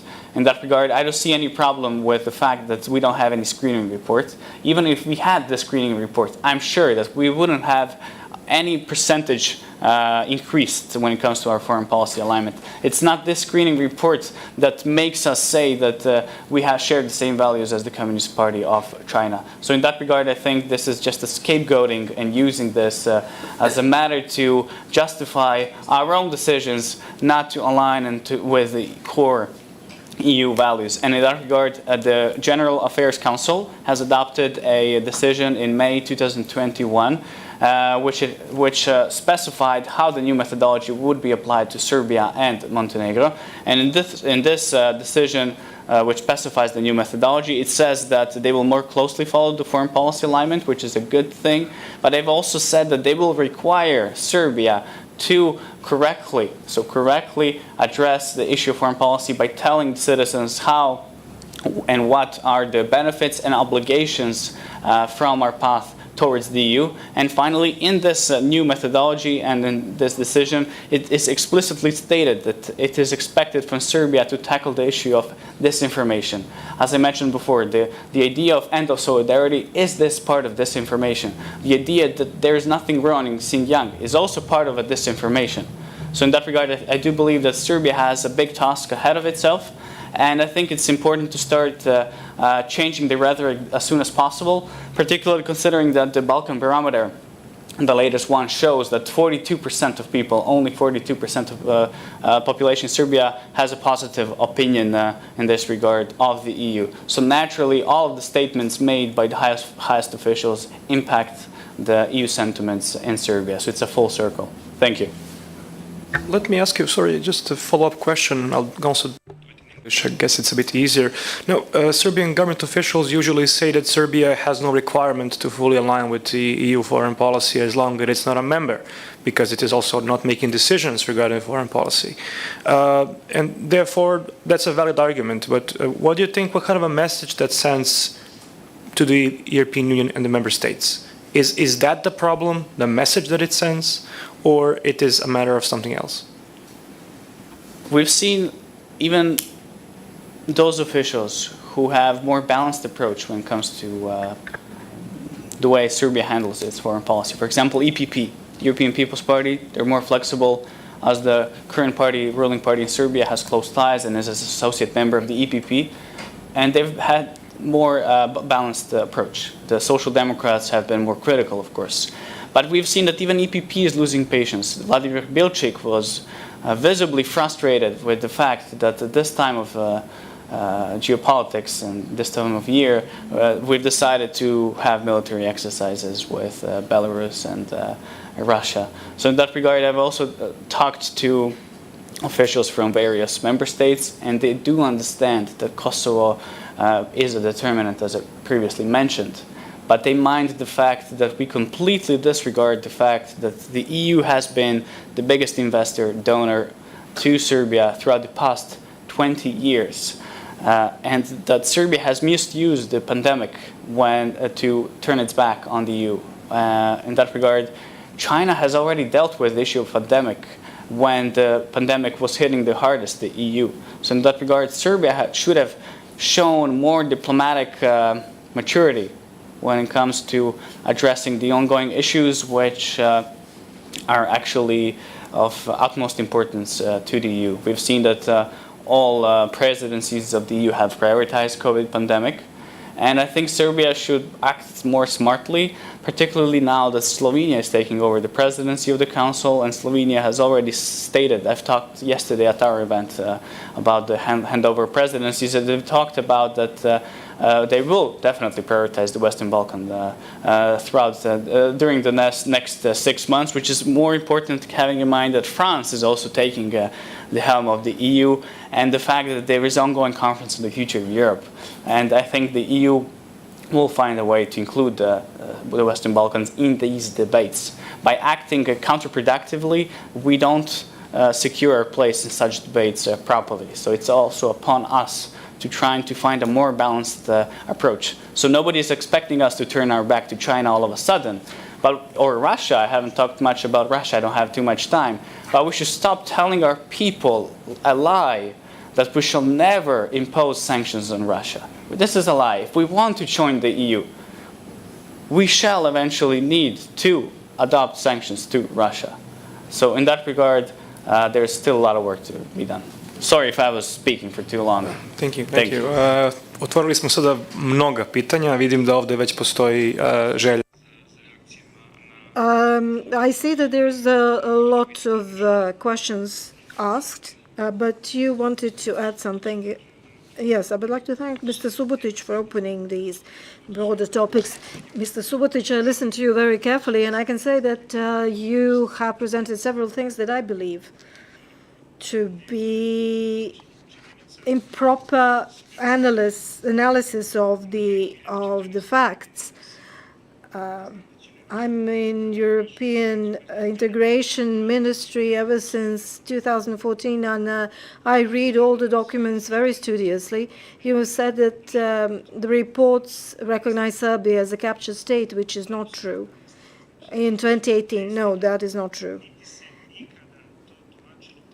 We were never mentioned in this context, except several NGOs, Belgrade Center for Security Policy, EU, and several other NGOs interpreted the reports in such a way, and they have, you are one of the NGOs that have certain reasons as to interpret things this way. However, there is no statement in the reports to verify the statement. Ministry has the policy of open door. There is no problem in our broader community or academic society or professional associations have presented that was not broadly debated by the state authorities. One of the problems mentioned in the reports is freedom of the media, freedom of expression, as you know, when it comes to adoption of strategies and action plans. Public debates and the consultations were held, organized by our top-ranking institutions, and all the debates are actually being organized by the highest institutions of our country. You also mentioned the topic of the vaccines. I think that you have presented them rather incorrectly. You said that certain political representatives have stated that China is our best friend ever. You maybe forgot to say who said that, because the representative of the Ministry for European Integrations pay close attention that we have a strategic dialogue with our partners in Brussels, and you could never hear from the Ministry of European Integration any kind of unbalanced statement of that nature, nor by any of her assistants or collaborators or advisors. I'm sure that in member states of EU also have representatives that make unbalanced statements. However, I do not pay attention to all the statements in all the member states, but you have to understand the broader context of any statements of that nature. European Union was rather selfish at those times, because they excluded some of the countries that were not member states when it comes to distribution of vaccines and medical equipment, in spite of the fact that Serbia donated over 2 million euros for development of vaccines in the COVAX system, and we received certain quantity of vaccines, which was certainly insufficient. We also provided vaccines to all our neighbors in the region. We show practically that collaboration in the region can be lifted to such an extent that we can ourselves bridge any crisis that we find ourselves in. This answer to the joint threats is, of course, one of the core elements of IPAP, because it stipulates that Serbia should contribute to crisis management, to emergency response in crisis situations, and Serbia has proven that in a migrant crisis as well. Serbia cannot make any improvements in the Chapter 31 without screening report. Not because you say so, but because this is defined by the EU procedures. And the procedure says exploratory screening, bilateral screening, and the outcome of screening are the 3 steps that need to be undertaken. And this outcome of screening defines what European Commission and the member states consider to be vitally important or the vital criteria. And you can define that whichever any member states believes should be introduced there. And then it becomes the element of reporting in the second stage of implementation of any progress achieved. So how you are approaching this issue is still on the level of hearsay. You have to have a very clear-cut document, stipulated elements. Now we are talking about approximation in alignment. Approximation has to be visible, has to be present, but not complete and total alignment. You, Mr. Barazza, mentioned that our argument is that we are not a member state and we cannot participate in reaching decisions relating to CFSP. Well, on the other hand, we have to protect our vital national interests. And one of our vital interests, just as Mrs. Grubish mentioned, is Kosovo and Metohija, is that is the fact. And with that position, with this opposition in our internal context, in our regional context, are incapable of going against the logic of the matter. And there's another thing that I wanted to say, occurred to me now, that the regional cooperation is the key to improving the percentage of our alignment and a better understanding and better cooperation to the element of transitional justice that you tackled upon in your report. But it cannot be a replacement for the full membership in EU. So creation of regional economic area and common market can make the whole process is easier, but they cannot be a replacement for full membership in EU for the Republic of Serbia. And this is where we underline this. And if there are any problems in this area, we have to address them on several levels. We keep underlining the fact that we want to receive more visits from high-ranking officials of EU member states to Serbia. The door is open. We cannot blame Xi Jinping for coming to Serbia more often, or Medvedev, or high-ranking Russian officials, because the invitation for EU member states is open. You saw how people greeted President Macron when he visited Serbia, and this is how Serbia is welcoming EU member states whenever they come and whenever they declare their friendship. But we want better predictability of the process. We want to have stipulated documents stipulating the clear-cut processes that we need to follow. We wish to see better dynamic. We expect more dynamic of the process because we have delivered everything that was asked of us on time.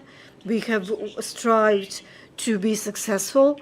And as a fourth principle, this is this conditioning through preventive corrective measures, while the corrective measures are already contained in our negotiating chapter. You have them all there, mutatis mutandis, but I do understand that you are invited to criticize because you have no objective accountability. You can say whatever you like. But the objective fact is that nobody is mentioning captured state, that we do not have problems that are not debated broadly and publicly. As you can respond briefly. You mentioned that and our partners have declared it frequently. This, I think the objections you made to our statement is also incorrect, because we don't say that you are twisting the real situation. We are trying to be objective as much as we can, because this contributes to our dialogue. When we say that European documents clearly state that elements of captured states are clearly visible. This is the fact, and you can check it. For the whole Western Balkans, yes. This document was entitled Western Balkan Strategy. This was not one-off incident. This was mentioned only there once. But if you take a look at European Investment Plan, it clearly states the credible progress in the rule of law is a major challenge because it's linked to the lack of political will that contributes to continuation of clearly visible elements of captured state. And I don't know why am I being attacked and criticizing our analytical approach, because we both have a common goal. This is the membership of Serbia in the EU. However, we don't look just at the procedures, but at the reflection of the process in the general public. However, the rhetorics towards China and the fact that European Commission objected to this rhetoric, and the public opinion shows that China is perceived as a major partner, much more than both Russia and EU, also shows that even in the general public there's a perception of China as a more credible partner than EU. Yes, on a side note, China, Russia, and the EU is my favorite topic. Unfortunately, the EU allowed itself be overshadowed by China on 2 or 3 times during the pandemic. First of all, when it banned export of medical equipment to third countries. He didn't call it that officially. And then we all rushed to this Chinese pharmacy to procure the equipment. Nobody can convince me that 650,000 vaccines that the EU allocated for the Western Balkans is sufficient to be understood as huge aid. So only 325,000 people can be immunized with those 650,000 vaccines, given the population of the Western Balkans. So this could be a recipe for other countries. If this reoccurs, they should not keep all the eggs in the same basket, waiting for the EU and COVAX, but to try and manage as we have successfully managed. So the influence of China on the Western Balkans is being blown out of proportions, and this proliferation of policy papers. I do understand that there are those who commission those policy papers, and additional stuff is added to this. It wasn't Serbia who signed a comprehensive economic treaty with China, but EU does ahead of Biden's visit. And at that time, there were no discussions on the Uyghurs or the child labor because economic interests prevailed much more than they should have. And I heard that the Deutsche Telekom got a very big deal in China, and then Huawei is going to open a big factory in France. But the European parliamentarians also want actually to take into consideration some remarks or to that effect. So I mean, for a country not be able to budge an inch in the process for a long time, I find that quite unbelievable. How come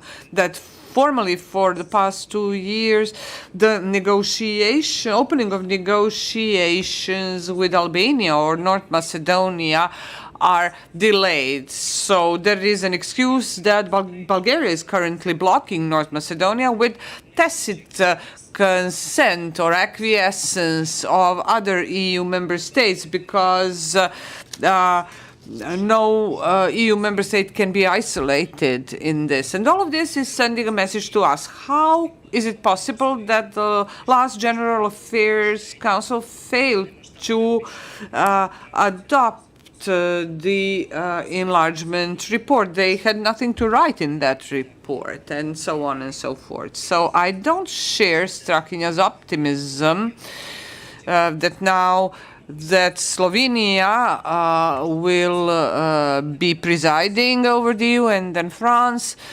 Well, we know that which countries are the core countries or prevailing ones in the EU. So when a small country prevails, nothing much can happen. So, and by the time France takes over, it will have had the presidential elections. So I'm not sure how much it will have time to deal with the Western Balkans, and parts of the society and civil society or somebody should say something on the topic of the future of Europe, and they count on us that one day, or maybe even before, we will become part of the same EU.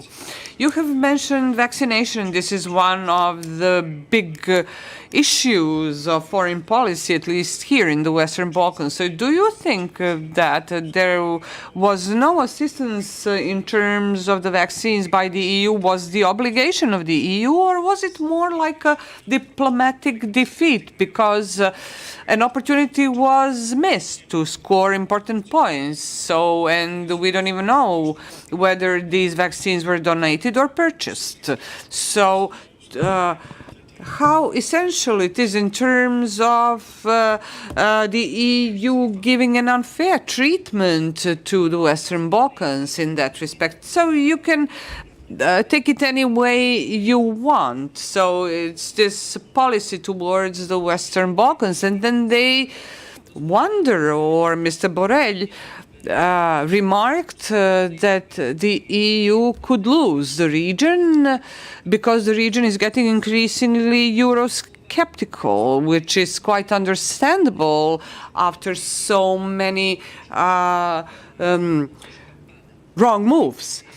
It's only natural that the support is declining, and like Albanian Prime Minister Edi Rama said, it's like a wedding when you invite the band and you order food and the bride fails to show up. For the first time, second and third time. The same goes for the opening of accession talks. And North Macedonia has been waiting for the accession talks to open since 2005. So they only have to open this process that God knows how long it will take. So these are those wrong moves or wrong steps that they need to address in the forthcoming period. And if this EU Commission wants to be a true geopolitical commission, so the time is right for this geopolitical approach. So we have some 10 minutes left until this panel, so I'm going to finish with the next round of questions for the panelists.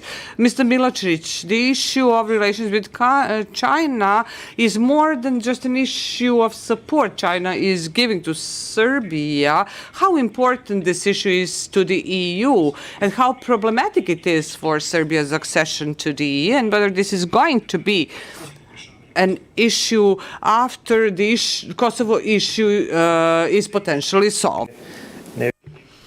I don't think that we have any problems relating to that.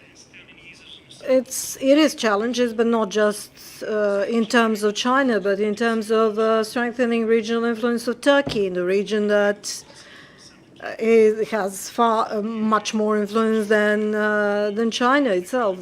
Also, strengthening some other regional instabilities that are developing.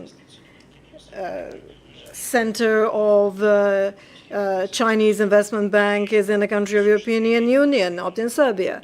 So we look at it as a potential chance for economic investments. You know that China has, in the meantime, privatized two major economic companies in Serbia, strengthening our economy. So we don't only look at China in terms of political cooperation, but first and foremost in terms of economic cooperation, strengthening our economic gross national product. So I see this as a challenge only in the context as to how we would define common foreign and security policy towards China in terms of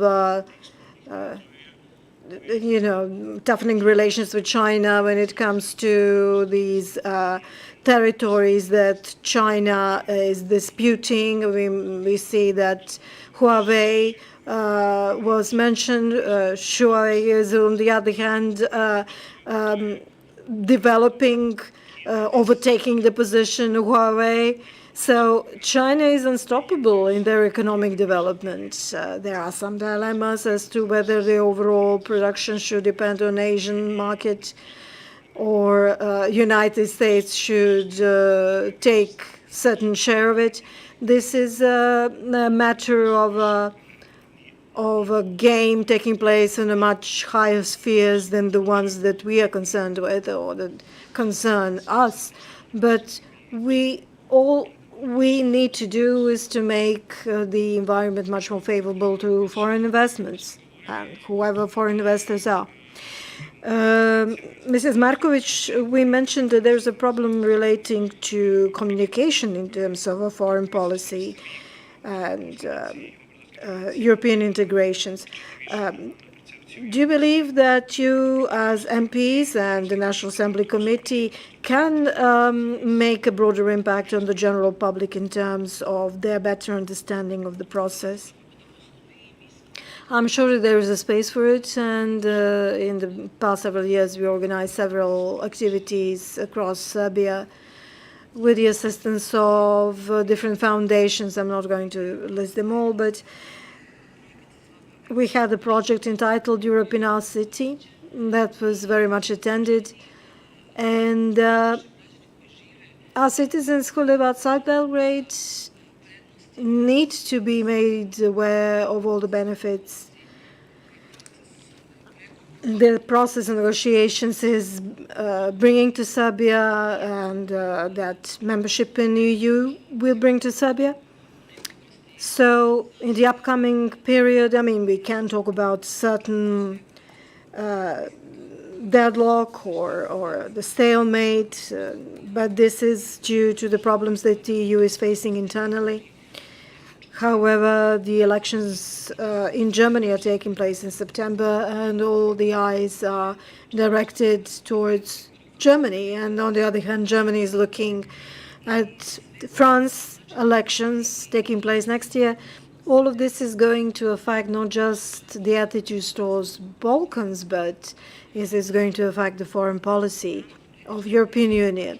And to us politicians, it is very important, especially for me, and I've been in Committee for European Integration ever since 2012.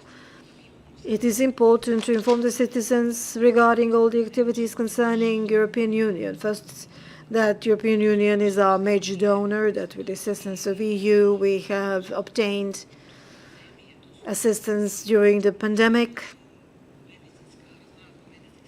Various medical equipment was supplied to Serbia, and also COVAX supplied us with vaccines with a bit of delay, but nevertheless they did supply us with vaccines. So we are using European Union funds for many years now, and I think we should speak about this more often and make our citizens aware of this, because when we talk about clusters and chapters, this somehow all sounds fictitious or imaginary, but when they see specific results, especially on the local level in their own towns, of our attempts to become EU members, this changes their perception and their relations to the European Union.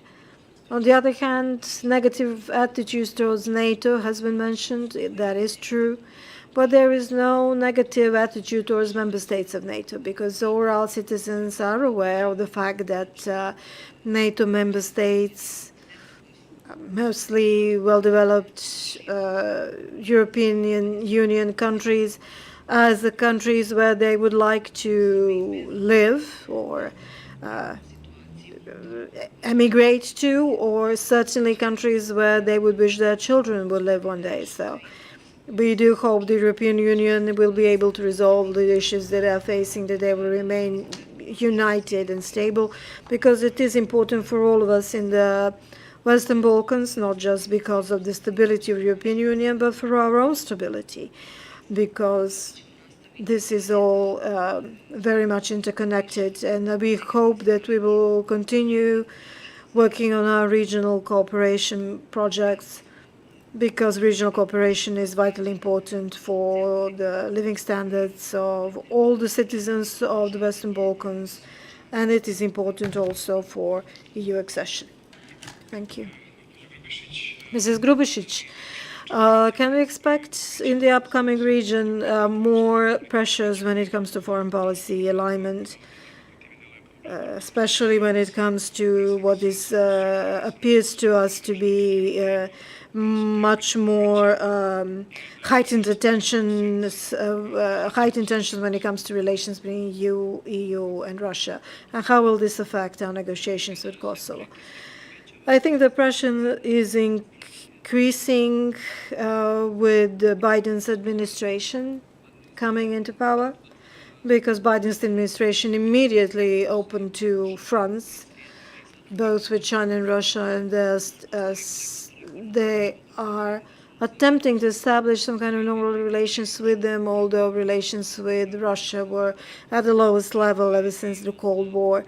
So they also expect from the region, including Serbia, to position themselves in such a manner, because for the past 30 years, the American strategy for the region is for it to become the part of the Euro-Atlantic structure. So I don't think that something major is going to change there.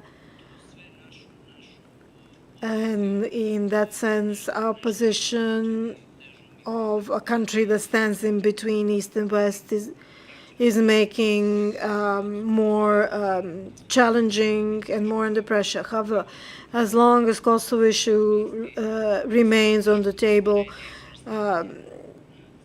Serbian political makers cannot be expected to shift further towards the West. Military neutrality will remain on the scene, and we cannot be expected to change this intellectual situation. Mrs. Estriga, we mentioned our strategic relations with Russia and China and the communication with Serbian public in terms of these relations. This problem of communication, which we have mentioned here during the panel. Thank you. I actually wanted to react because the discussion went to many, many topics, and I was anxiously waiting for my turn to react. Indeed, in European capitals, in the European Parliament, strategic communication is watched closely, and we hear what leaders say, how they communicate, or how they sometimes do not communicate, or actually not enough, on what the EU has been doing here, the benefits of accession, how much support the EU has dedicated to the Western Balkans and to Serbia, for example, in the health sector. When it comes to the pandemic, of course, vaccines are a very visual thing, and they were dramatically important in this crisis. But we should also highlight the tremendous support the EU has been giving to the health sector. We have been funding 200 doctors. We have been struggling with vaccines ourselves, and we have been trying to help our Western Balkan neighbors as well. but we felt it was not visible on the media landscape. And this is, of course, this is watched in EU capitals. When it comes to EU engagement in the Western Balkans, and I can highlight that recently in May, European Foreign Affairs ministers reiterated the strong EU genuine interest in having the Western Balkans within the EU family, and their decision to be more present here, because also we realize that we should be more present here, and we should have our leaders visiting the region to demonstrate this commitment of ours as well, because the people in the Western Balkans need to see this commitment with human faces and not only statements. When it comes to having partnerships with various countries, it's not contradictory to adopt sanctions against some illegal actions of China and to have an economic cooperation agreement with China. So we don't demand that acceding countries stop having relationships with Russia or China. Of course not. Of course, that's not the point. We ourselves have relations with these countries and other countries. It's really not the point to choose with which countries our acceding partners will have relationships. And sorry, I'm coming back to the EU perspective of the Western Balkans, because regional cooperation was referred here as possibly being an alternative solution. Clearly, this is not the point. The point is that regional cooperation will bring huge benefits for the prosperity of this region. It will also prepare for the accession, and it's by no means supposed to be a replacement. The idea is that one day we will all be part of the EU family in this region. And yeah, I think I replied on all the points I wanted to reply. If you have any other questions. Thank you very much. We will conclude with Mr. Subotic in Serbian, if you don't mind. Yeah. We can continue in English, no problem. Čuli smo sada. So we heard the comment by Ms. Striga that it is possible to have economic and other relations, that Serbia is currently in good relations with, and this is no impediment to EU membership. So let us get this straight once and for all. When it comes to the issue of Serbia and Serbia's needs to have allies to that effect, is it possible for Serbia to become an EU member and to maintain good relations with China, Russia, and other countries? In your opinion, is that possible, or is it utopia? Well, I think it's absolutely possible. There are EU member states that have good relations with those countries despite the sanctions. So those that are the most flexible ones, they align with most of the declarations. That's Hungary, not because China gave vaccines to Hungary.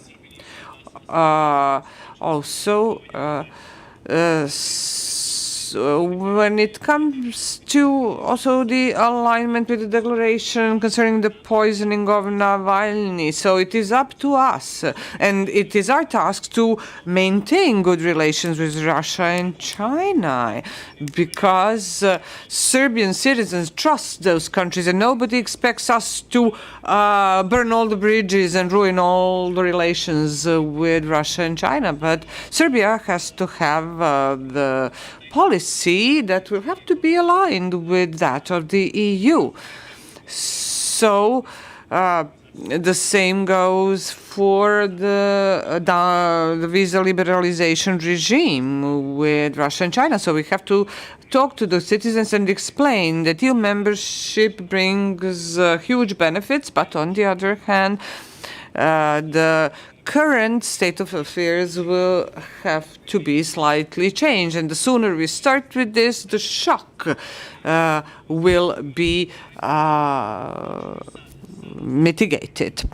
So now it's a preparatory phase. So if we are adapted now, it will be much easier for us to operate as a member state of the EU, hopefully one day. Thank you very much. I'd like to thank our panelists for their time, and of course to our audience, and I'd like to thank the organizers for inviting us. I hope that you have enjoyed this, I would say, very dynamic and interesting discussion. We only had this limited time at our disposal. Thank you very much.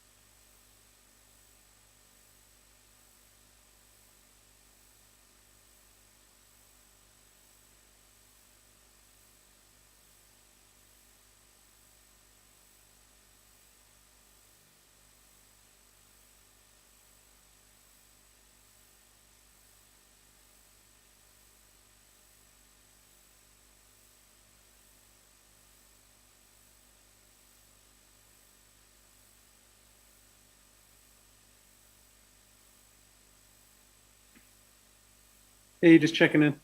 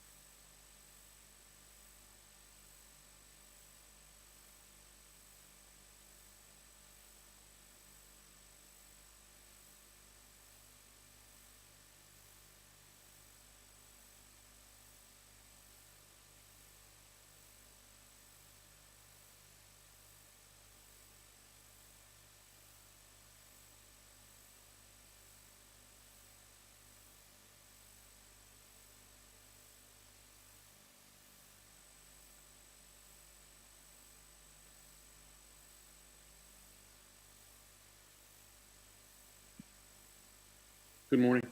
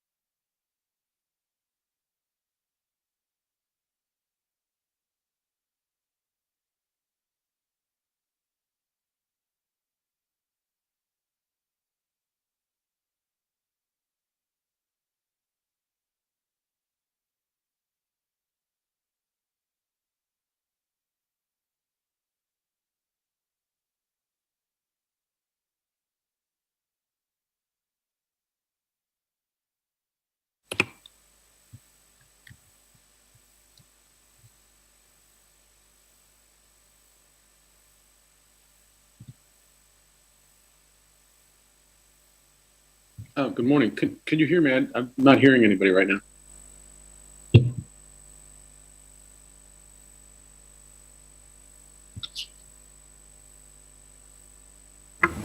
Jeden.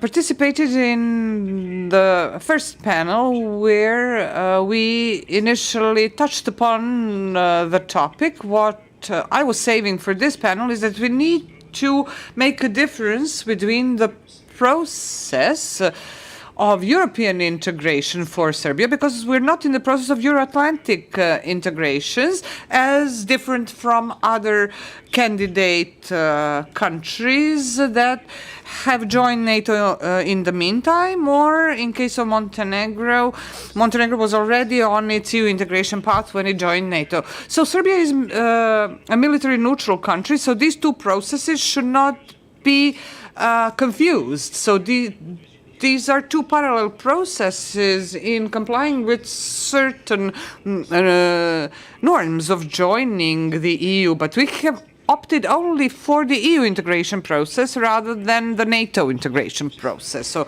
this is something that I wanted to make clear at the beginning. As for the cooperation between Serbia and NATO, how it can contribute to the EU accession process, cooperation with NATO is a political platform that provides us with a good political dialogue, because most EU member states, or the vast majority of them, are NATO members,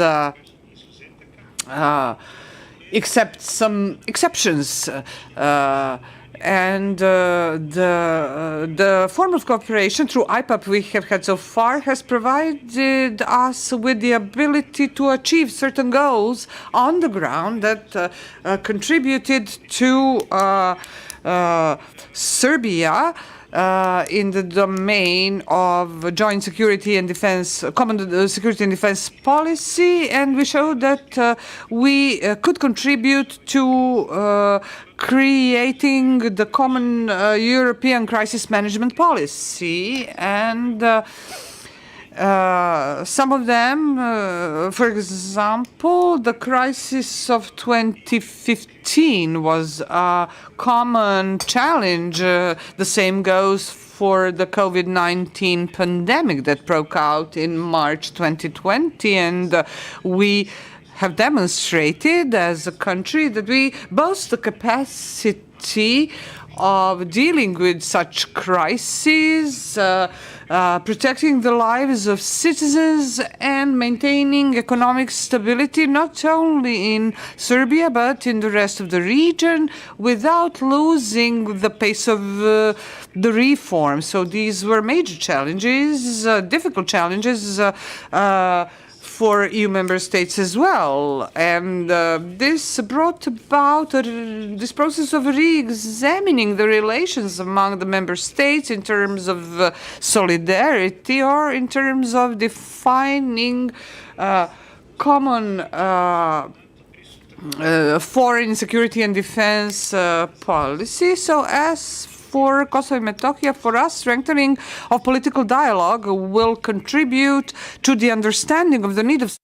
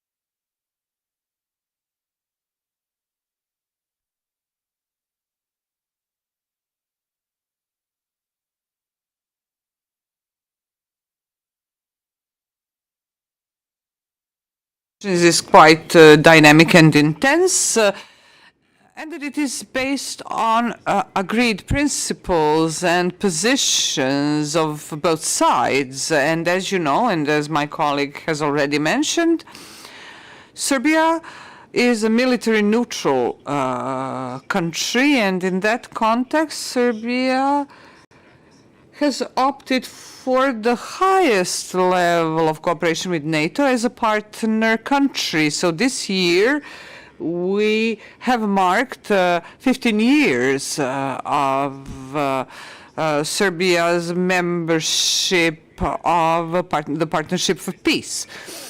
And this year, the cooperation with NATO has been upgraded to the highest level. We also have high-level political dialogue with NATO. Over the past few years, or rather every year, there have been meetings organized, official or working meetings at the highest level between Serbian President Aleksandar Vučić and NATO Secretary General Mr. Stoltenberg. The most recent meeting took place on the 17th of May in Brussels. So to this effect, we have the highest level of dialogue, and also at the level of other departments in the government, the Ministry of Foreign Affairs, Ministry of Defense, the National Assembly of the Republic of Serbia, i.e. Serbian Parliament. So we have a high degree of mutual understanding as to the positions that we are acting from. So the cooperation with NATO has been most operationalized through the IPAP, the Individual Partnership Action Plan, which we have so far endorsed several times. Now the IPAP 2019 to 2021 is in force, and late this year it will expire. As for the newly established NATO Concept One Partner One plan from March this year, Serbia stands ready to continue cooperation through the future document, the future framework of cooperation, the so-called ITPP, Individually Tailored Partnership Program. And in this context, there are some important differences. So IPAP for both Serbia and other partner countries was limited to 2 years, and now this new document and this new cooperation instrument is planned to be longer,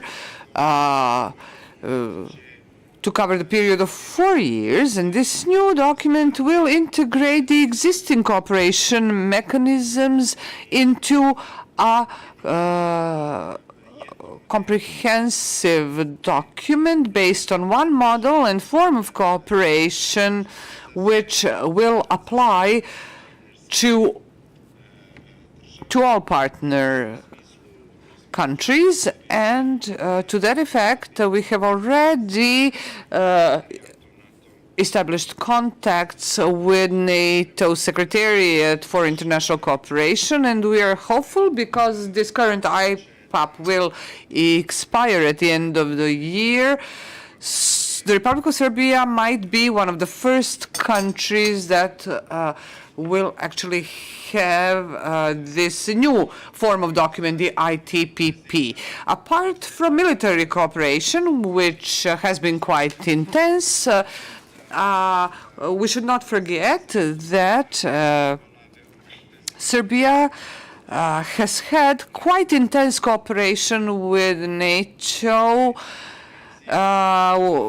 in this non-military dimension.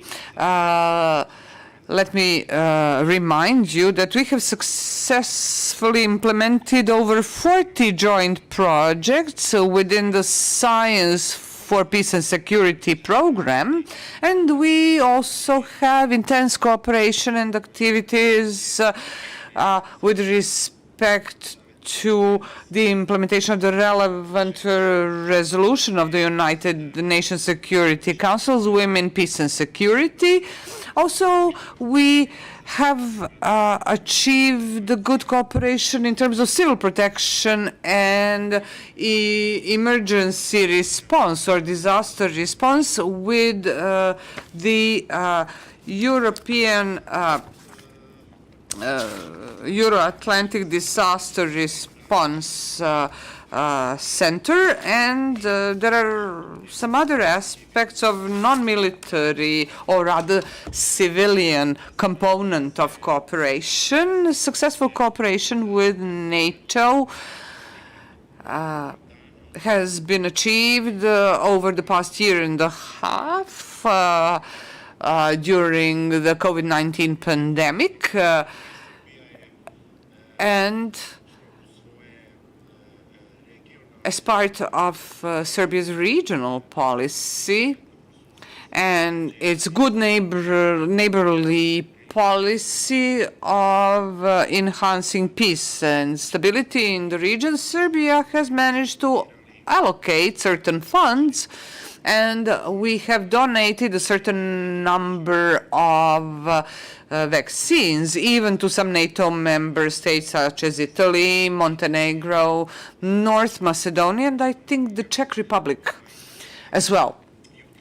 Therefore, in this segment as well, through this cooperation and through these gestures of help in emergency situations, the level of trust and understanding has been upgraded and has strengthened partnership and friendly relations between Serbia and NATO. My colleague has mentioned some details and elements concerning the situation in Kosovo. So I might only add that the security and political situation and this outstanding issue of Kosovo is the highest political and security challenge for Serbia. And to this effect, cooperation between our security forces and KFOR, which is deployed in the autonomous province, is important. So we have very good cooperation with KFOR. It is not mentioned often in public, but what we know and what we are aware of through our contacts with the Ministry of Defense and the Army of Serbia, cooperation between the Army of Serbia and KFOR on the ground is very successful, and it is based on the high level of trust. So now I wouldn't go into the details of the role of KFOR at this point. Maybe we could discuss that later as well. So I can refer to our activities concerning the joint defense, the common defense policy, and our participation in peacekeeping missions and military exercises. I could do that later because I would like our colleagues to have enough time to make their intervention. So I will stop here. Thank you very much. Some good comments, and we definitely would like to come back to discussing participation in peacekeeping and support for common defense policy. So I look forward to those comments. I also would like to pick up a little bit during our conversation. You both mentioned the importance of the cooperation between NATO and KFOR and the Serbian military, and how important it is for the providing security in Kosovo. And that's something I think that we should delve a little bit deeper into as well. I think those details are important. But before we do that, let's continue, and we'll go with Mr. Marko Savkovic, our dear friend from the Belgrade Fund for Political Excellence. Sir, look forward to your comments as well. Hey, John. Good to see you virtually, if not in person. Hopefully, I'll see you in person soon as well. Hvala na pozivu, hvala organizaciji. Thank you very much to the organizers. It is a bit unusual setting, but I'm sure that we'll be able to go back to the events where we'll all be in the same room. We're already used to these hybrid formats, but I hope things will go back to normal. I would like to thank TES, one of the few organizations in Serbia that keep bringing us back to this topic. And it is a very important topic to discuss, not just in terms of European integrations, but for regional stability as well. It is important for what we call European perspective, and from what we heard from these presentations, it is important for the normalization of relations between Serbia and Kosovo, so everything is interlinked. I will try to say something from the perspective of the CSOs, say a couple of words that might give us food for thought, to say something from the perspective of someone who's been monitoring the relations between Serbia and NATO. It is a relation that is constantly evolving. It's an interesting relations because NATO plays a constructive role in the area of Western Balkans. NATO is also a safeguard, so to say, of various treaties that ended animosities, creating security structure in the Western Balkans. NATO is also, for many years now, knowledge broker, someone who is helping transformation of armed forces, modernization of our military, but also opening new areas constantly. We all remember encountering violent extremism topic and how it was tackled, cybercrime, which is, of course, topic du jour or the century, however you call it. So there's always new opportunity for cooperation. Serbia has its limited capacity, so we're always striving to get what's best on the table. What is interesting to point out, and let me say that I don't want this to be construed as a criticism, although it might sound a bit naive. I would like to hear more being said about cooperation within Serbia and NATO, for this topic to be much present in our media and our general public. And so when we say 140, 200 activities, let's translate those figures into in-depth coverage in our media. I do understand that John played an important role in affirmation of this cooperation, and I'm sure that we have to come up with some new formats to present cooperation with international organizations to our general public, maybe not just with NATO, but I think it's vitally important to present this cooperation, especially cooperation with NATO, from various perspectives, including from the perspective of our military. We spoke over the coffee break that KFOR reaffirms that there's a agreement with the Kosovo government that KFOR needs to give permission to Kosovo forces to enter north of Kosovo. However, the situation is still unstable, and it's still, well, if not unstable, then certainly sensitive. That is, as far as we know, what is taking place there, and the KFOR is, of course, the first instance in reacting whenever stability or security is breached. KFOR's role has evolved as well over time. KFOR itself was reduced in number, and its role has varied over time. However, this is a challenge for Republic of Serbia and its bodies. This is something that we need to insist upon and reiterate that's in an absolute interest of not just peace and stability, in the interest of Serbia, for KFOR to stay in Kosovo.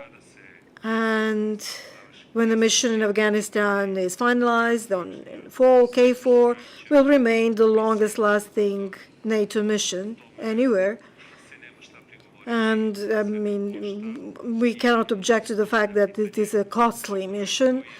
So we do understand that everyone is raising an issue as to how long KFOR will be necessary on the ground, and when is the situation there going to be something that can be managed by local actors. Unfortunately, according to the last things that we keep hearing from Kosovo, we are still very far away from understanding. I hope that we are not all that far away from at least some kind of normal cooperation, but based on the negotiations taking place in Brussels and the voices coming from Pristina are certainly not encouraging, and constantly represent an attempt to completely change the dynamics of the normalization of relations and the flow of the negotiations that have taken place in the last 10 years. And this is the major challenge for the entire process. This is a strategy, an idea that obviously Kosovo is promulgating, that will represent a major problem for Serbia and for all the actors in this process, because it remains unclear, and I'm stepping over the boundaries of this panel, the topic of the panel, but it is not quite clear to what extent is the government in Pristina getting a support by Quinta for what they're doing right now. Like, for example, developing cooperation with the countries that are not recognized Kosovo yet. And I have to say that it's still not unbelievable that Kosovo can ever become a member of NATO as such, but it's clear that they're trying to bypass the impossibility of becoming a UN member. Kosovo problems in Kosovo have been internationalized, and it's an international problem, and there's no way back from it. It has to be resolved in an international context. Now, when it comes to strengthening relations between Serbia and the United States, looking from the broader perspective at the overall situation in the Western Balkans, it would certainly be beneficial to develop relations between Serbia and the United States. I don't think that situation has changed dramatically after the change of administration in Washington. The process is no longer running on a parallel track, because currently we have close cooperation between two envoys. Their visit to Belgrade was harmonized when it comes to timing. They came to Belgrade together. They sent a message, this is a joint process that the United States is supporting, but there are still messages that are coming without response. So because we still don't know what is the fate of Washington Agreement, what still remains from it that's going to be implemented, or what is not going to be in the focus, or how the dialogue is going to continue. I mean, we do understand that everything is political, but there's still some technical dimensions of the negotiations when it comes to property claims, the fate of the missing. Is that part of the process continuing, and to what extent, or in what nature? Also, we had numerous non-papers and proposals, and our organization came up with a set of recommendations, and some other CSOs. So what is realistic that anything is going to be put forward as a potential final solution, or should we give up this final solution and just look for something that is more feasible to be achieved in a short-term period? When it comes to implications of the finalization of this process to future relations with NATO, I think that Mr. Šormaz and I both had an opportunity to discuss on this issue. Once that this agreement is reached, and of course now we're speculating widely, but however we call it, whether we call it Pristina government or Kosovo government or Kosovo with asterisk or interim administration, membership in NATO is an absolute priority, strategic priority number one for them. There's undivided support of Kosovo citizens to this idea. So again, the dynamic of process in the region, the balance of power in the region would change considerably. And then Serbia will be placed before a choice. So once again, it matters whether you're sitting at the decision-making table or not. Of course, we are still discussing all these matters hypothetically, because whatever is the idea of the government in Pristina, they still have to reach those 5 that are not members, that have not recognized Kosovo. And yes, the problem is Bosnia. However, I sometimes worry about these putting us all in the same basket, because whenever someone says, don't put us all in the basket, I know that this is going to happen, and that the issues of NATO and Kosovo recognition are going to be linked, whether we like it or not. I think that both sides are waiting to see what the time will bring, and that time will be in favor of both. And I know that this is a very risky policy, and that sooner or later we'll have to face all the implication that maybe tomorrow Pristina will be in a position to request membership in NATO or apply for membership in NATO, and Serbia will have to react to this. Or we will have to face the situation where the powers will shift in Bosnia, and the things will change there. The arrangements achieved back in the 90s, well, I won't say that they are by now outdated, but they certainly do not respond to the present-day challenges and ambitions of the local actors, and there has to be a response to this. Thank you.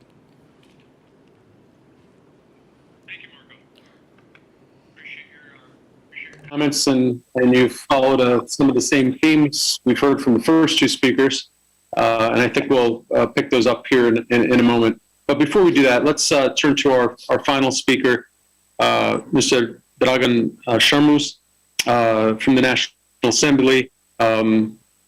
Sir, you're on the Committee for Foreign Policy and the head of the permanent delegation to Serbia to NATO, so we look forward to your comments. Thank you. Please. Thank you, Mr. Capello. Thank you, Mr. Capello.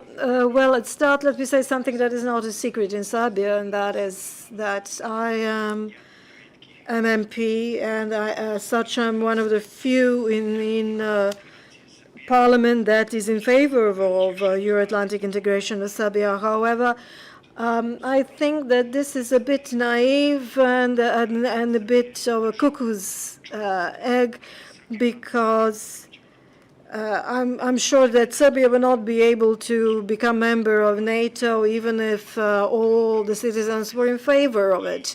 NATO is a defense organization. Serbia, Ukraine, Moldavia, Cyprus cannot become NATO member, because in a defense alliance you certainly agree upon what are the borders that you're defending.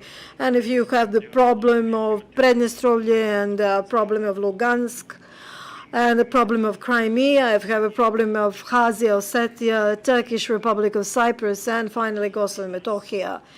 And when it comes to Serbia, these are all the cases that need to be resolved. And this is something that I keep discussing in parliamentary assembly of NATO and with our colleagues from all the countries mentioned. And they are aware of it. However, in Serbia, these things are not discussed because regardless of whether we are talking about opposition or opposition parties, they kind of, to avoid discussing this, they prefer to look for the external enemies and internal enemies, regardless of where you are on the political spectrum. So it's always easier to say that NATO bombed us in 1999, and my friends know this. I don't know whether you, Mr. Capello, know this, but I participated in this war as a member of the military of Yugoslavia back then, as someone who was in anti-aircraft division, and I was shooting at NATO planes, and you were the pilot, as I hear it, and now I'm the head of our delegation in NATO Parliamentary Assembly. But you know that 2 atomic bombs were dropped on Japan, and Japan is the most loyal to United States today, is the most loyal ally. Spain lost the war. Cuba is now a member of NATO. So, I mean, you cannot keep on talking about what took place in history. They are trying to look towards the future. And future of Serbia is certainly European Union and becoming a member of the broader family of democratic states. So this is why I'm in favor of becoming a member of NATO, and I think it is a very positive trend that since Mr. Stoltenberg became a Secretary General, attitude towards Serbia took a positive track.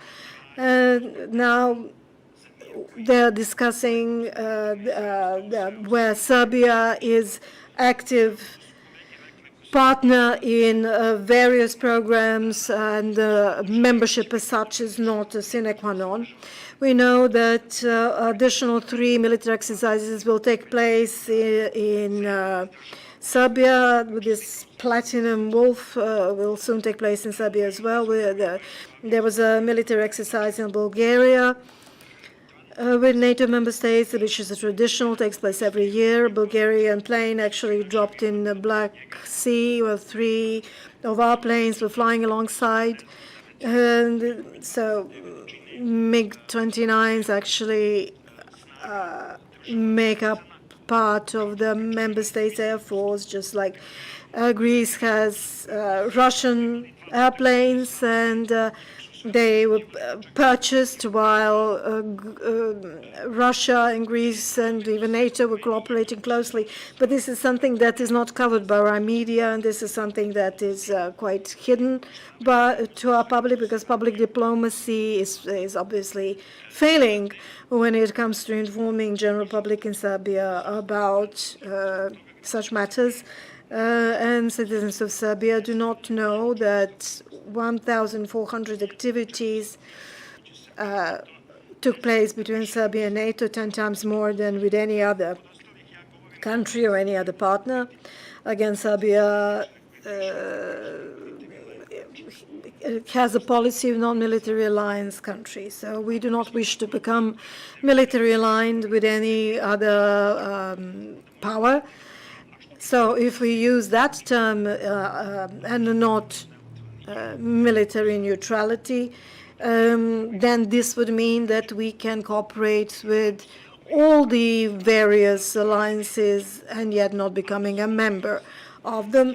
We cooperate closely with NATO, and I might be wrong, but I don't see any use from cooperating with Russia or Belarus. I really don't see any benefit from it, from cooperating with Belarus. And Belarus, as you know, recently forced the jet to land because some political enemy was one of the passengers on a commercial flight. So really, I don't see any reason why we should cooperate with Belarus anymore in military terms. So I think that we should go back to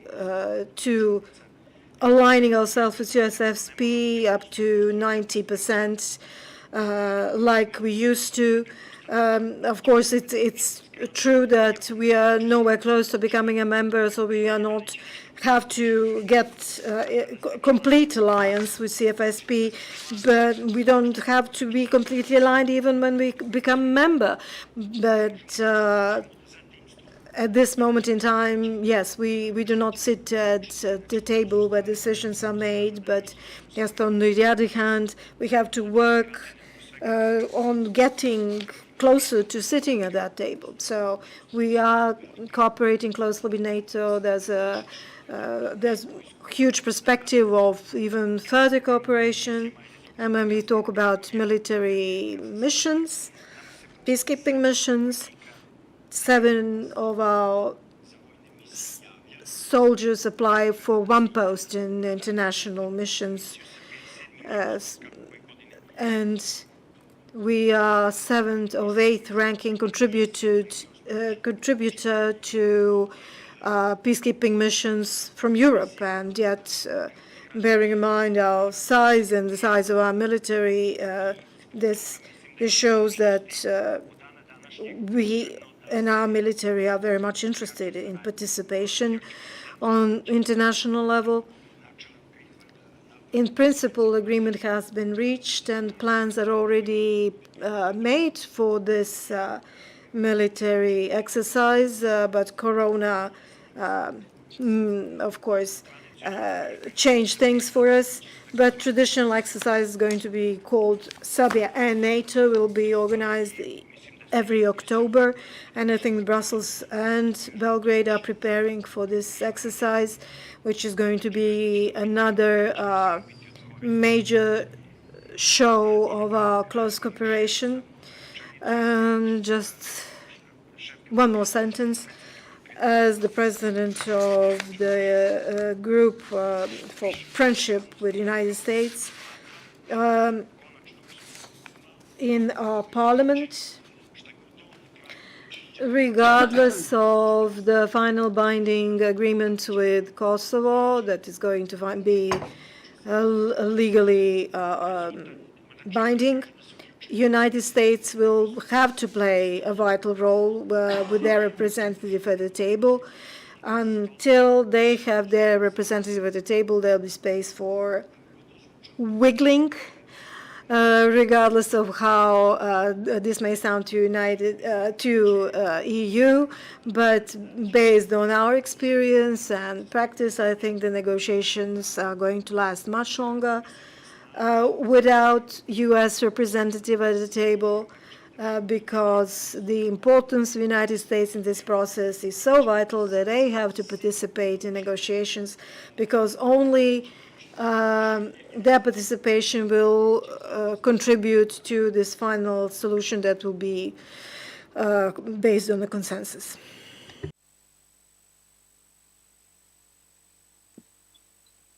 Thank you, Sarah. I appreciate those comments. You mentioned our pasts and how our experiences shape us, and how we should be looking forward to the future. And I think that's why this conversation is so important. I mean, each of you talked about the importance of moving forward and pointed out how difficult it is. It's we're talking about what's best for Serbia, and this is a discussion that needs to be debated, discussed, hashed out among experts within the public. And each of you mentioned this. And as I started out saying, it's not easy given competing and conflicting needs. Serbia has demanding goals, and it's striving to try to achieve those goals. There's a few areas I'd like to focus on, and I think the first perhaps is each of you mentioned the fact that this is an important discussion. Mr. Kozelka mentioned that it's not mentioned publicly often, this cooperation. Marco, you talked about how vitally important it is to have this, to inform the public, for this to be a discussion, and then Mr. Shurma's reiterated this. Maybe we could each of you take a say. Why is this not discussed in the media? I mean, I know the media is a business.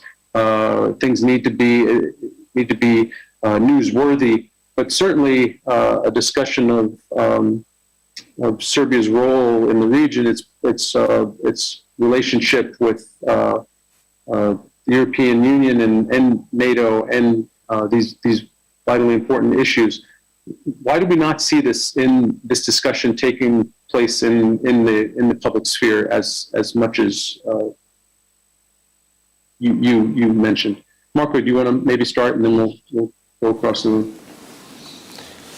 Hvala na pitanju. Mislim, Thank you for this question.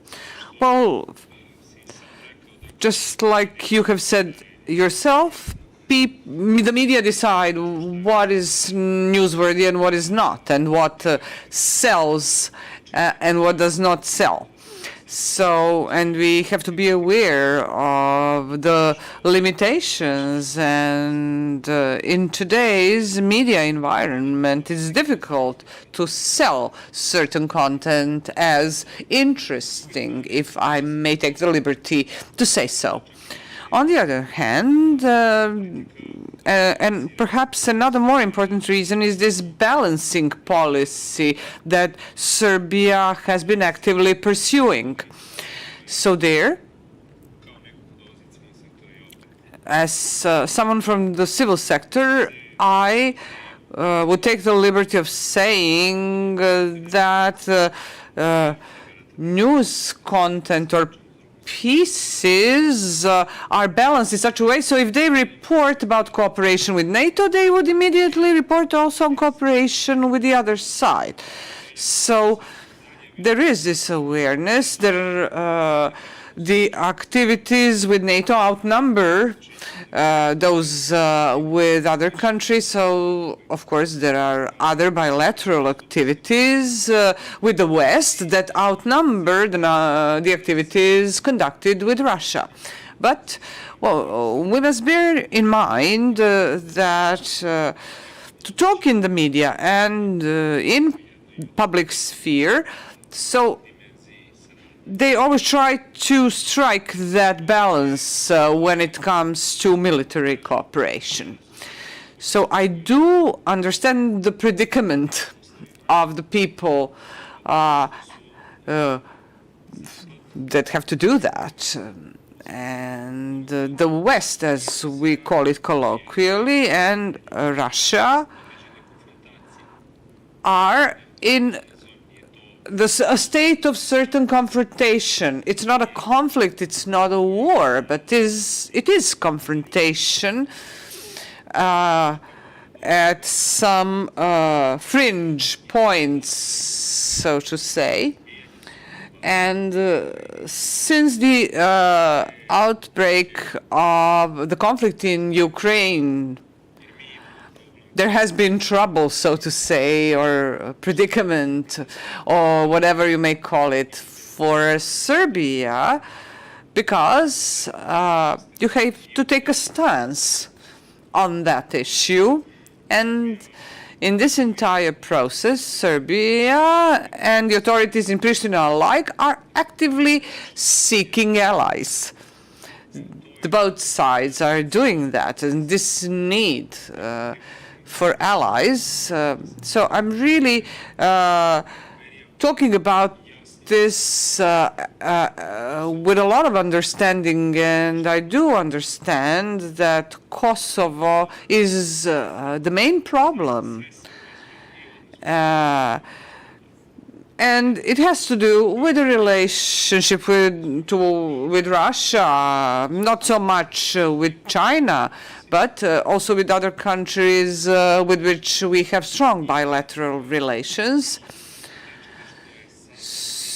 So this goes against the current mainstream way of thinking in the West. So the relations with Russia are looked at in the context of Chapter 31, and there are countries that have absolutely no understanding for us and our relationship with Russia, and under the watchful eye of colleague Igor Novakovic, we have been participating in the working group of the National Convention on Chapter 31, and it's very difficult to explain Serbia's position to those countries that lack understanding. And secondly, there is a high level of agreement among Western European EU member states. So to them, this is a matter of value, especially when it comes to Serbia's relations with Russia. So to them, well, actually, it would make sense for Serbia to pursue a policy in line with its national interests, and it would be like a realpolitik for them, and there is a lack of understanding in the West towards that issue. So I have deliberately been very friendly to the authorities in my intervention, but there are some places where some wrong assessments are made. It would have been much better if we had disagreed with certain foreign policy positions of the EU, but equally it would have been much better if we hadn't sent our soldiers on certain missions. This is sometimes it's more important to take a stance or take a position towards something rather than avoiding alignment. So I'm afraid that the other side, the European capitals, could interpret it the wrong way. And this brings us to the issue of communication to the public. So when NATO Secretary General Stoltenberg visited Serbia in 2018, so Mr. Stoltenberg is not going to visit Serbia every year. So we have to use other activities to make an attractive media package. And just like Mr. Sharma has said, 7-1 in terms of participation in peacekeeping missions, but whether it's the same with respect to people being interested in pursuing a career in the military. We have to take that into account as well. Thank you.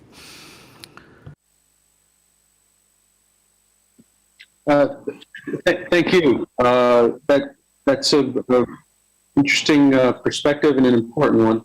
And again, I'd like to hear all of your perspectives on this media aspect, on the public discourse. The media is a part of it, but public discourse is the bigger piece, and how we have this conversation with the public and how it takes place. Mr. Sharma, would you like to take a crack at this?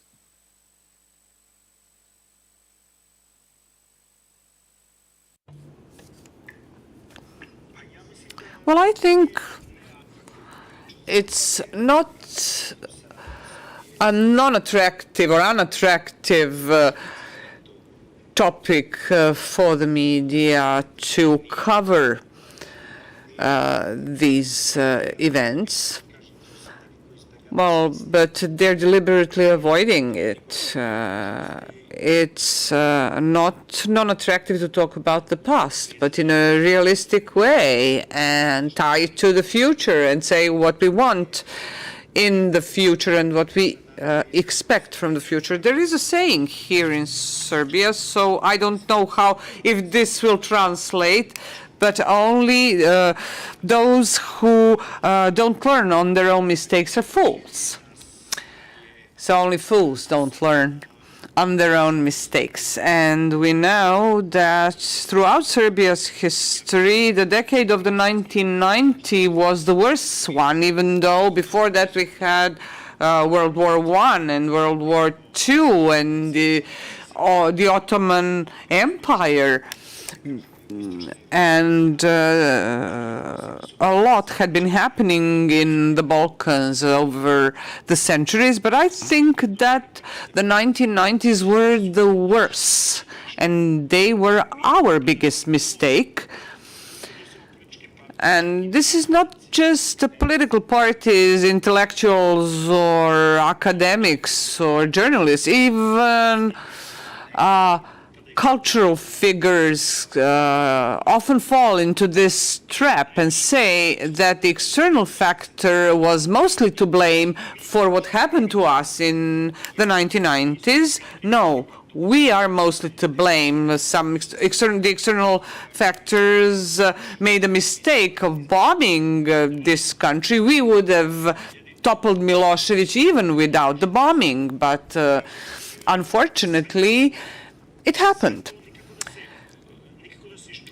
But it's very difficult for us to get out of this. And of course, in order to protract this narrative is to use the media. But we should also talk about the values that we want to achieve. It's very difficult for me to understand that there is this equation in the heads of Serbian people that an average salary would be like 1,500 euros per month. Everybody wants to join the EU because they know the situation in Serbia, economic situation, will improve. So everybody wants to go to the EU. Because of that. I might be wrong, but I don't see Serbia's interest in such a close cooperation with Russia, for example, which was designated as a threat at the latest NATO summit, unlike China, which wasn't designated as a threat, but as a challenge. So, this does not mean that we should sever all relations with Russia, but this is the matter of, or the issue of strategic partnership is questionable. If we want to, if our goal is the EU, so we can keep or continue to maintain good relations with Russia nevertheless. So everybody understands that it is Russia's interest not to have stability here in this territory, because otherwise it would raise some questions happening on Russia's own borders. So there is the presence of Russia here. I'll give you an example. Yesterday, I inaugurated or opened the works in a Serbian village near Smederevo together with the U.S. ambassador to Serbia, Mr. Godfrey. But nobody saw that. So the project is worth $1 million. So the U.S. military had invested in the construction of a brand new kindergarten in a Serbian village. So, Deputy Mayor of the city of Smederevo, myself, and Ambassador Godfrey actually opened this had this opening ceremony, and only one media outlet reported about it or covered it.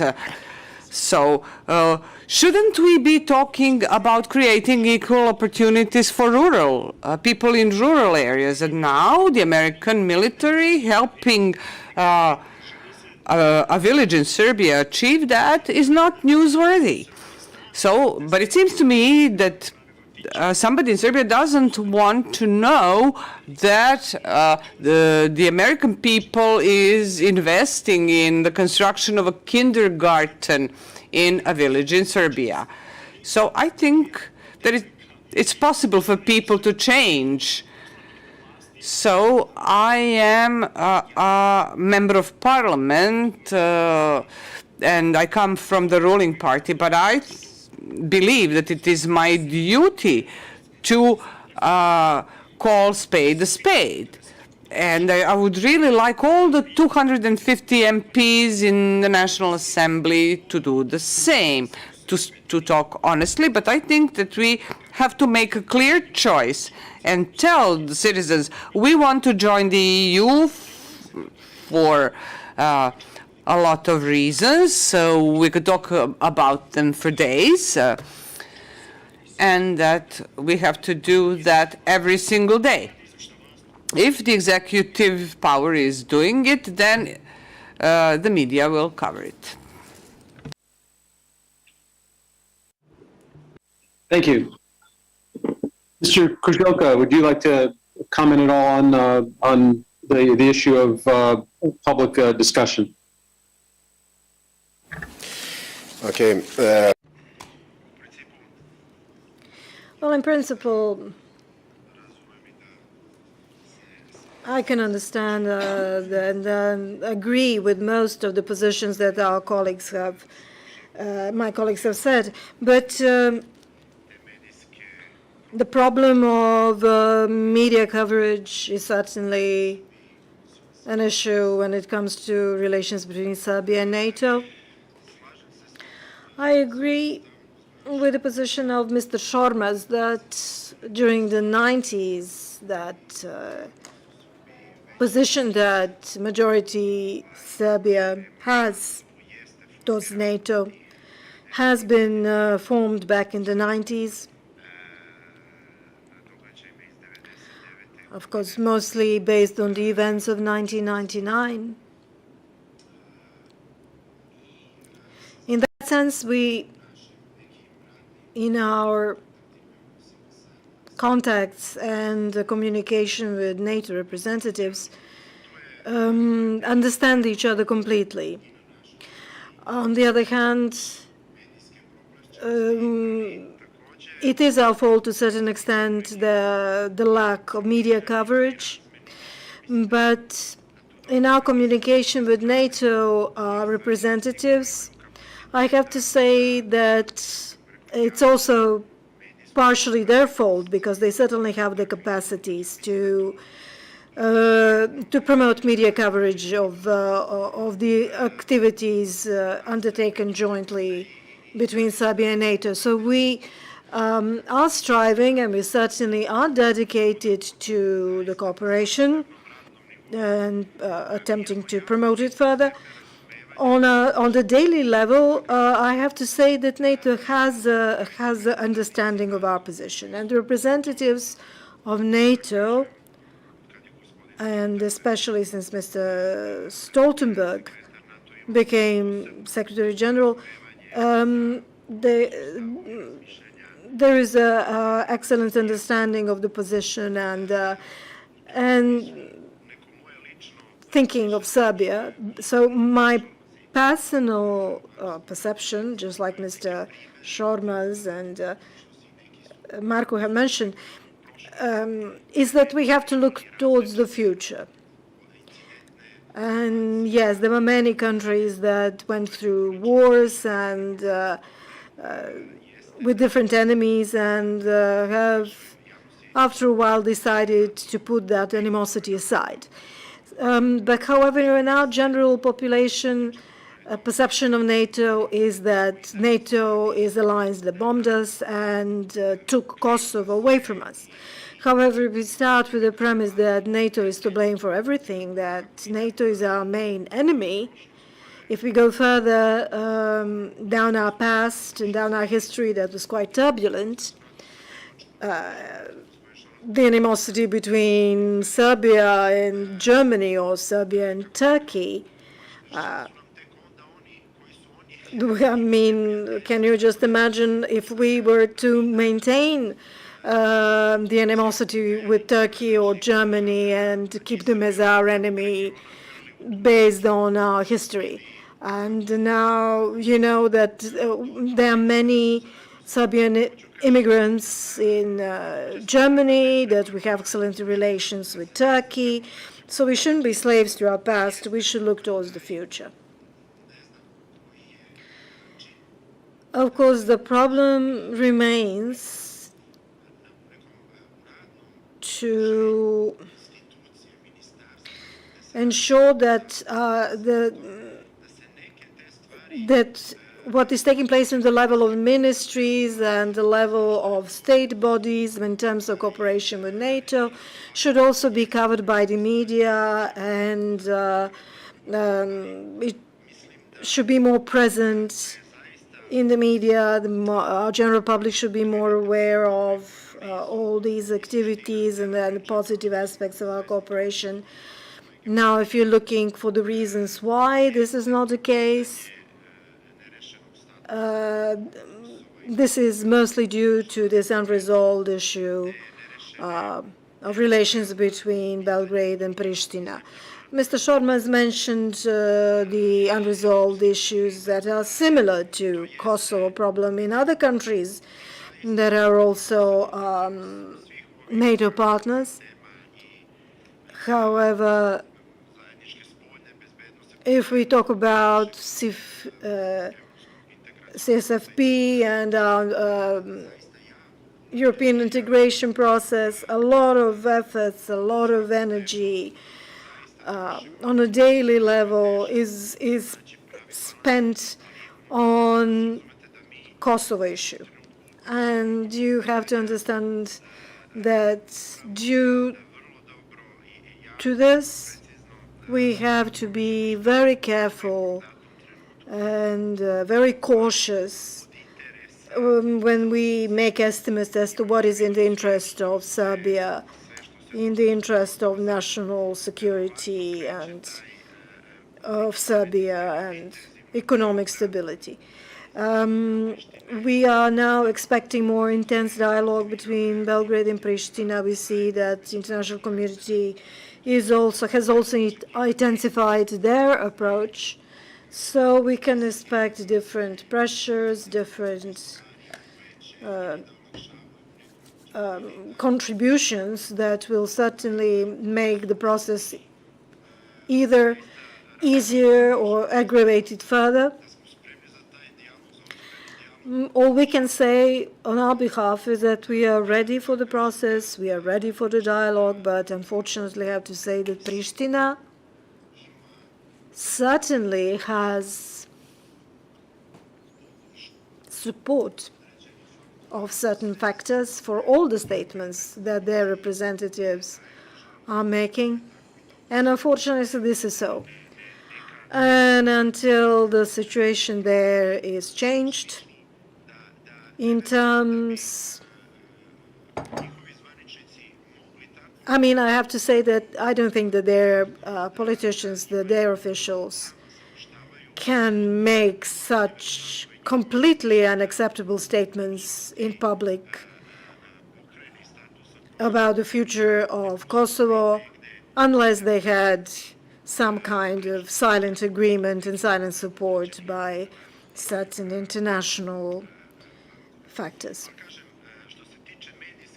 However, when it comes to media coverage of cooperation between Serbia and NATO, I think that this is an issue that Serbia and NATO both should pay more attention to.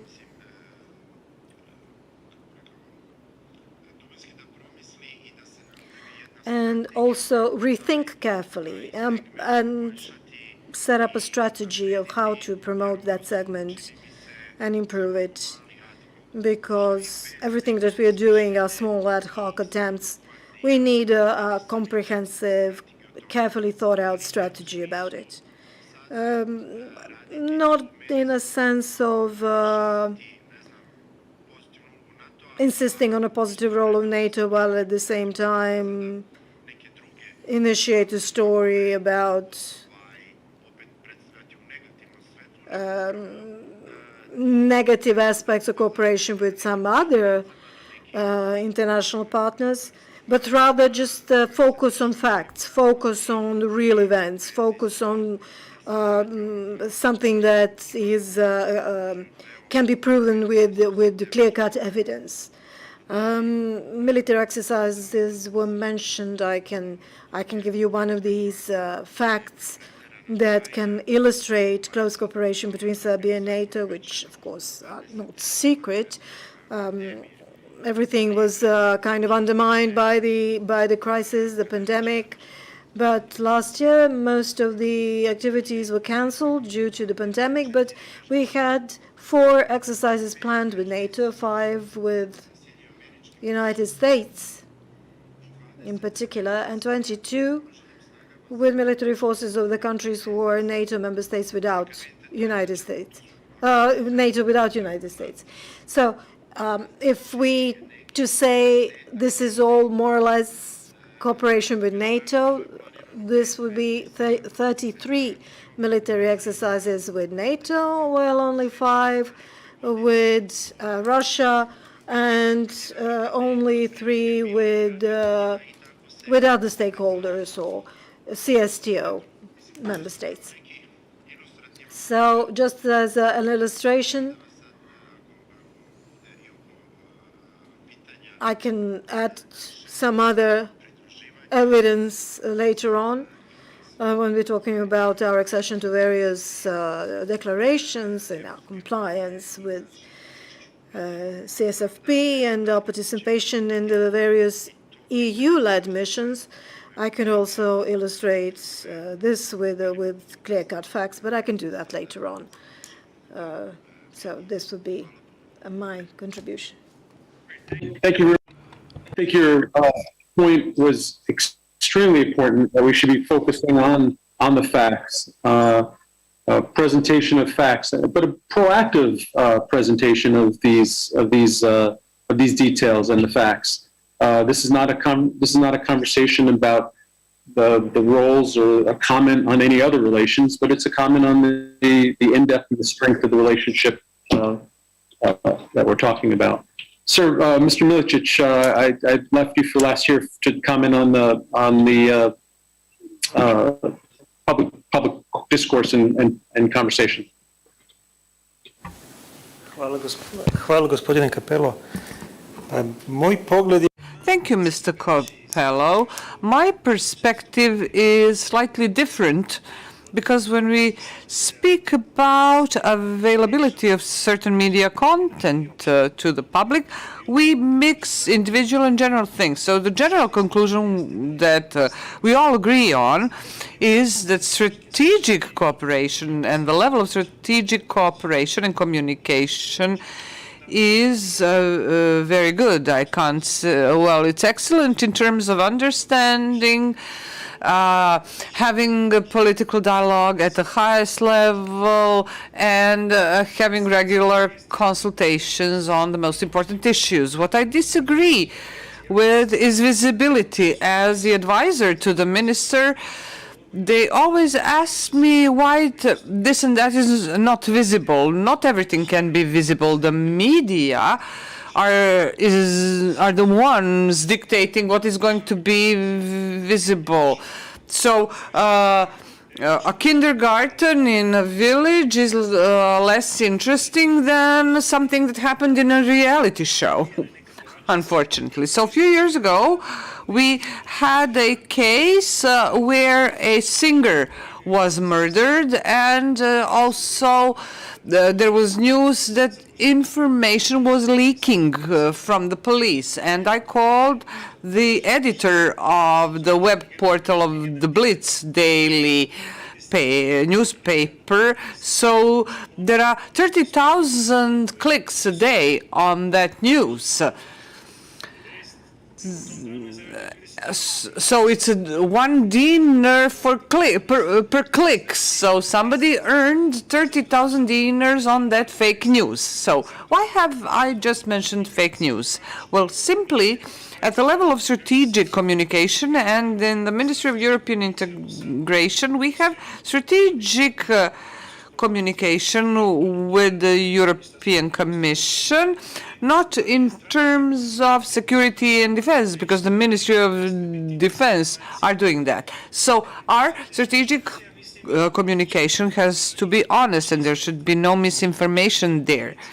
So we're often in a position to discuss with our colleagues in Brussels about fighting the so-called asymmetrical or hybrid threats that define cooperation, not only in terms of participation in joint military exercises or in peacekeeping missions, but how to defend the public from that. And we have had some situations where misinformation spreads like forest fires, and there's no accident in that. So the threats coming from the east or from the other part of Europe, so to say, in certain periods of time we were faced by with misinformation coming from NATO and some EU member states. And so here we have mentioned something that, honestly speaking, I didn't like at all, the so-called back-channel actions. I do understand that international relations are complicated per se and that we have different categories and types of stakeholders, but the back channels in the relations between Belgrade and Pristina haven't brought about anything good. If there is an idea to admit Kosovo, or the so-called Kosovo as I call it, into NATO, that would be the undermining of any normalization agreement. I will give you an example. On the basis of the Lisbon Treaty, and the EU as a supranational organization had an opportunity to enter into agreements with other organizations and territories, and thereby it signed an SAA agreement with the so-called Kosovo or Pristina, which was at the level that the same level of agreement as the EU had with Taiwan. So that's the bottom line. So we're conducting this normalization-related dialogue, and we have Chapter 35 that contains its own principles, and the principles are that this is not a replacement for dialogue, and the final status cannot be anticipated. Well, the comprehensive agreement on normalization of relations is the goal, but the stakes are not the same. Kosovo doesn't have a clear European perspective, so it's trying to abuse the leverage that we have in the negotiation process to actually shift the burden to our side. So once this political volte-face takes place, then they will accuse us of not complying with our obligations. So we don't want to be blamed for this imbalance clause, but we are constantly faced with those back-channel actions such as membership of UNESCO and other UN agencies. So I really wouldn't like to see the United States as party to the negotiations, because then this would open the door to China and Russia and other permanent UN Security Council members, because from my perspective, when it comes to acceptance of this agreement by the UN, this would place in an unfavorable position other countries.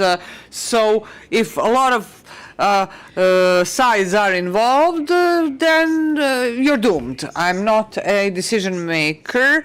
I'm just an advisor, and advisors, if they're wise and smart, then they could be a corrective and guiding factor in their respective domains. And therefore, I'd like to see more understanding, primarily on the part of NATO, as to what further steps should be. I will give you an example. Mr. Capello, you will remember, you have been a military envoy to Serbia for many years when it comes to information sharing, which is a segment that gave us category A. So you used to come together with a military envoy from Pristina to the ministry, and I used to be a member of the delegation that received you. So the occasion was the signing of this agreement, and in that light, we also had this transformation of Kosovo Security Force, and we said that we had to be honest and that we had to cooperate. And then I asked your colleague how he interpreted Article 50 on this agreement on transformation of the Kosovo Security Force.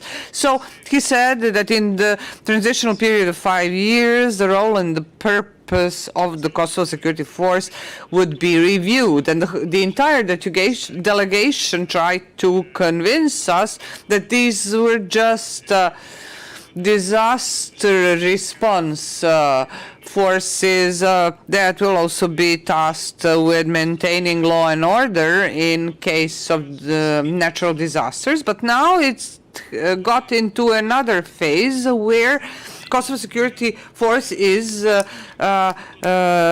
becoming an army, and I don't understand how NATO allowed that, because they had an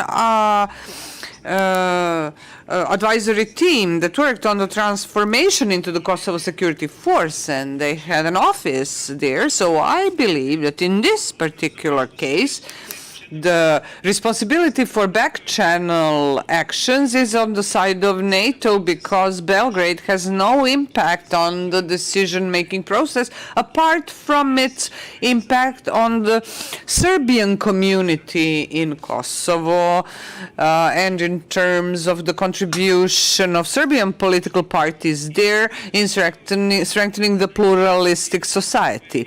And I'd like to offer another remark. Well,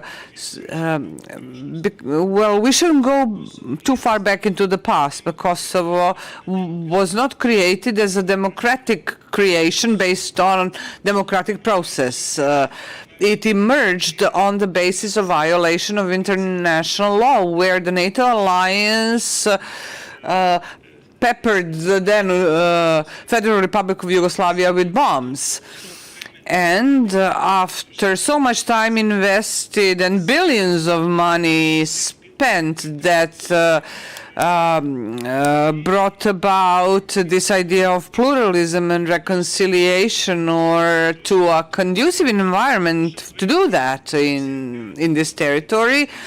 We're now in a situation where the whole town revolts over the return of a woman, of a Serbian woman, to the town.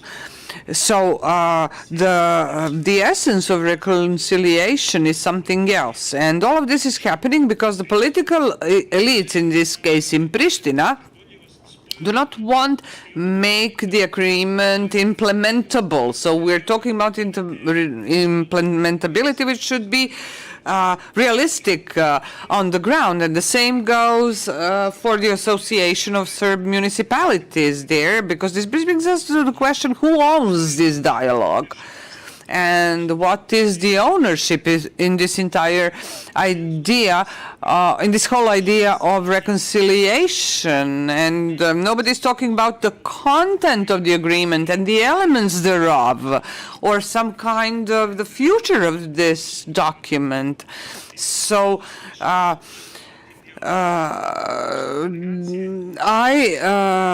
have participated in many rounds of dialogue, and we had one item there on dealing with the past, which sounds healing, but I think that NATO too should have its own dealing with the past process internally, because the things that happened in terms of violating international law and in the context of civilian casualties and the actions by Russia in Crimea that are being condemned.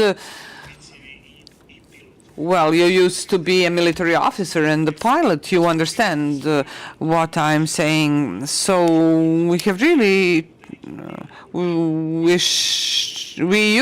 try to create this dialogue on Kosovo and Metohija in society whenever we try to do, well, we really try to do that. But on the other hand, it was the obligation of Pristina to discuss war crimes. Not a single debate has ever been carried out.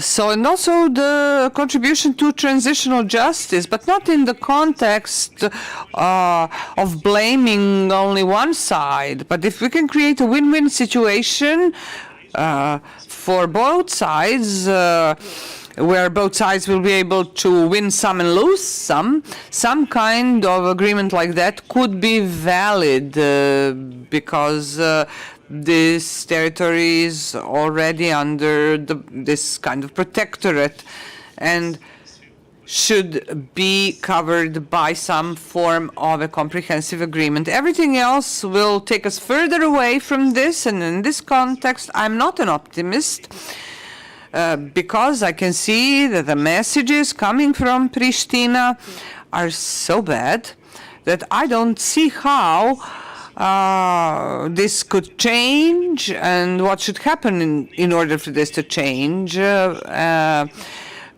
Pristina embraced a very bad negotiating platform for compromise, and this platform was endorsed by the parliament of the so-called Kosovo that actually negates all the achievements made so far in the dialogue. And I would invoke Norwegian ambassador's words, pacta sunt servanda.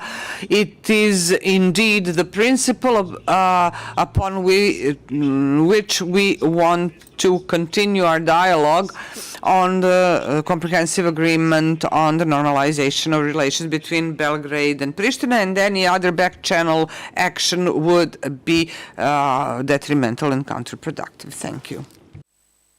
Okay, thank you. I'm glad you had a chance to address the back channel issue, but I'm afraid we're going to have to leave it at that. I see, Marco, you're fidgeting, but I think what we pointed out here is that there's a lot more discussion to have. I mean, I've got three other questions to talk about, but we're gonna unfortunately have to leave it here for the next session. Thank you all for your thoughtful and engaging comments. I don't, you said you're not an optimist, but I tend to be. I think the fact that we're having this conversation shows how important we see it. It's a conversation that needs to continue. Thanks for CS for hosting us today. I look forward to continuing this discussion with you all. And I look forward to the conclusion of the conference. Thank you.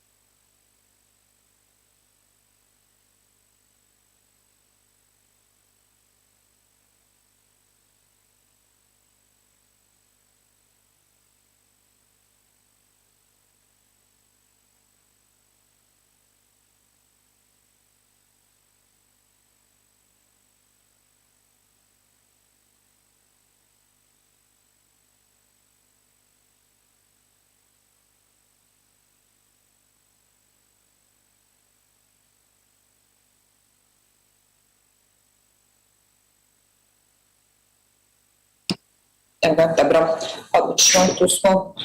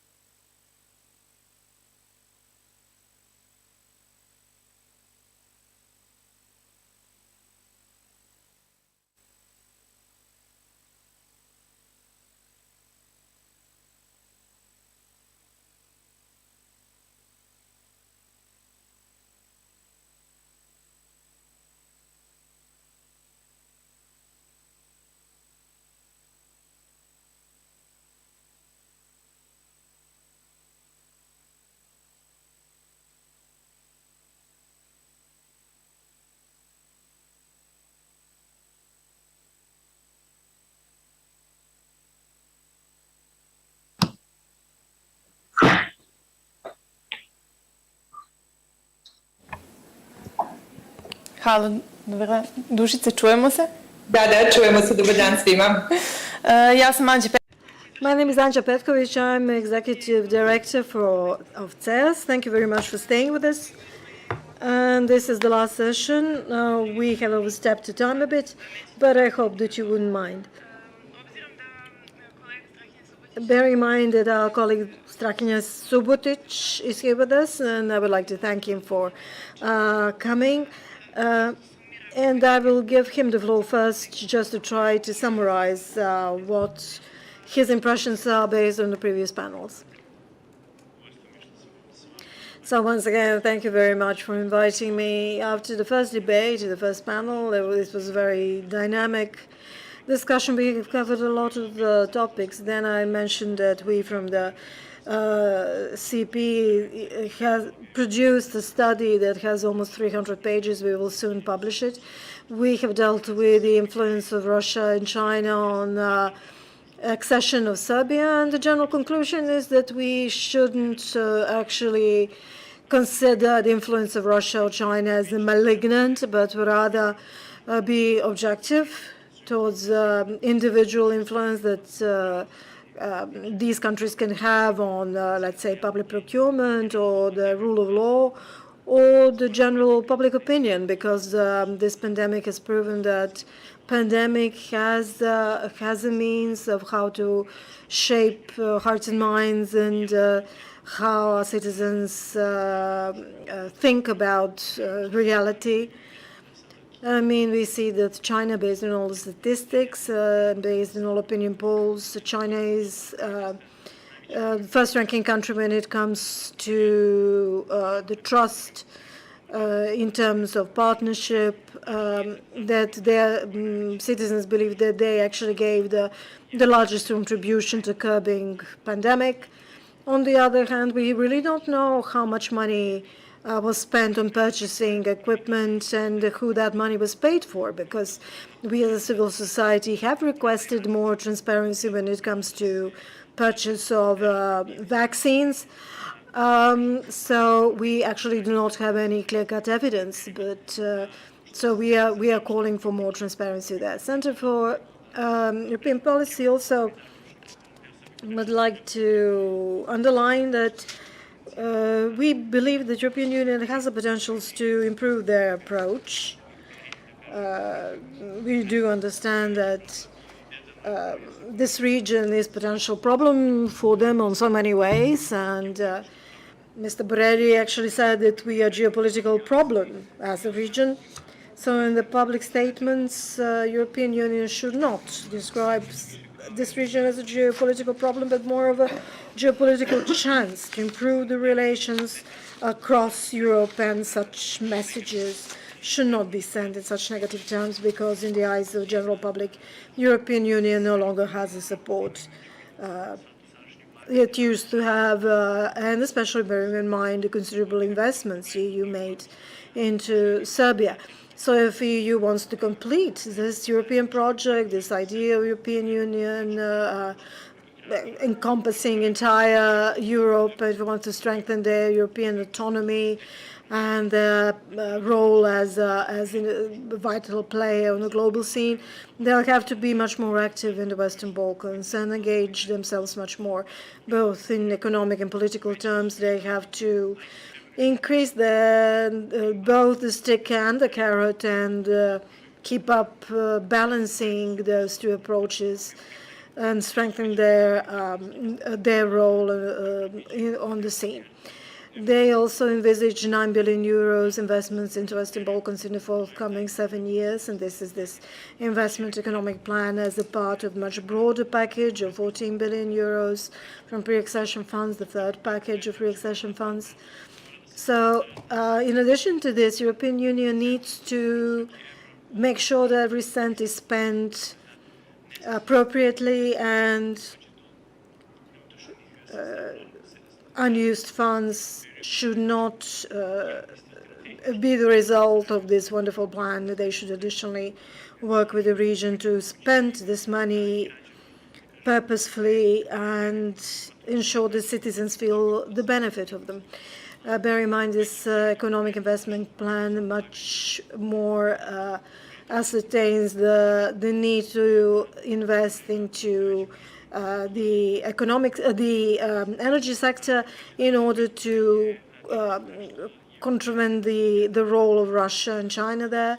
Chapter 31 is much more important in the annual progress reports. If you take a look at the last year's progress report, you'll see that this chapter has been much more detailed, presented in detail. They also tackle external partners like Russia, China, but also Turkey. And the momentum is there. The new methodology of enlargement has been devised.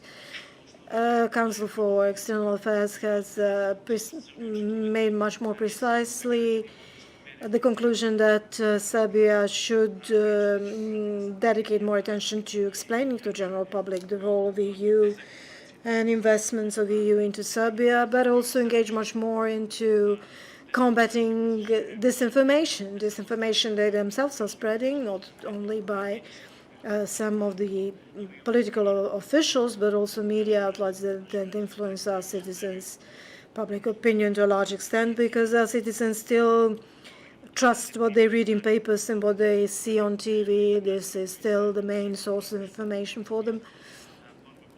So combating disinformation will be even much more important than before, and it's vitally important that EU has highlighted that aspect.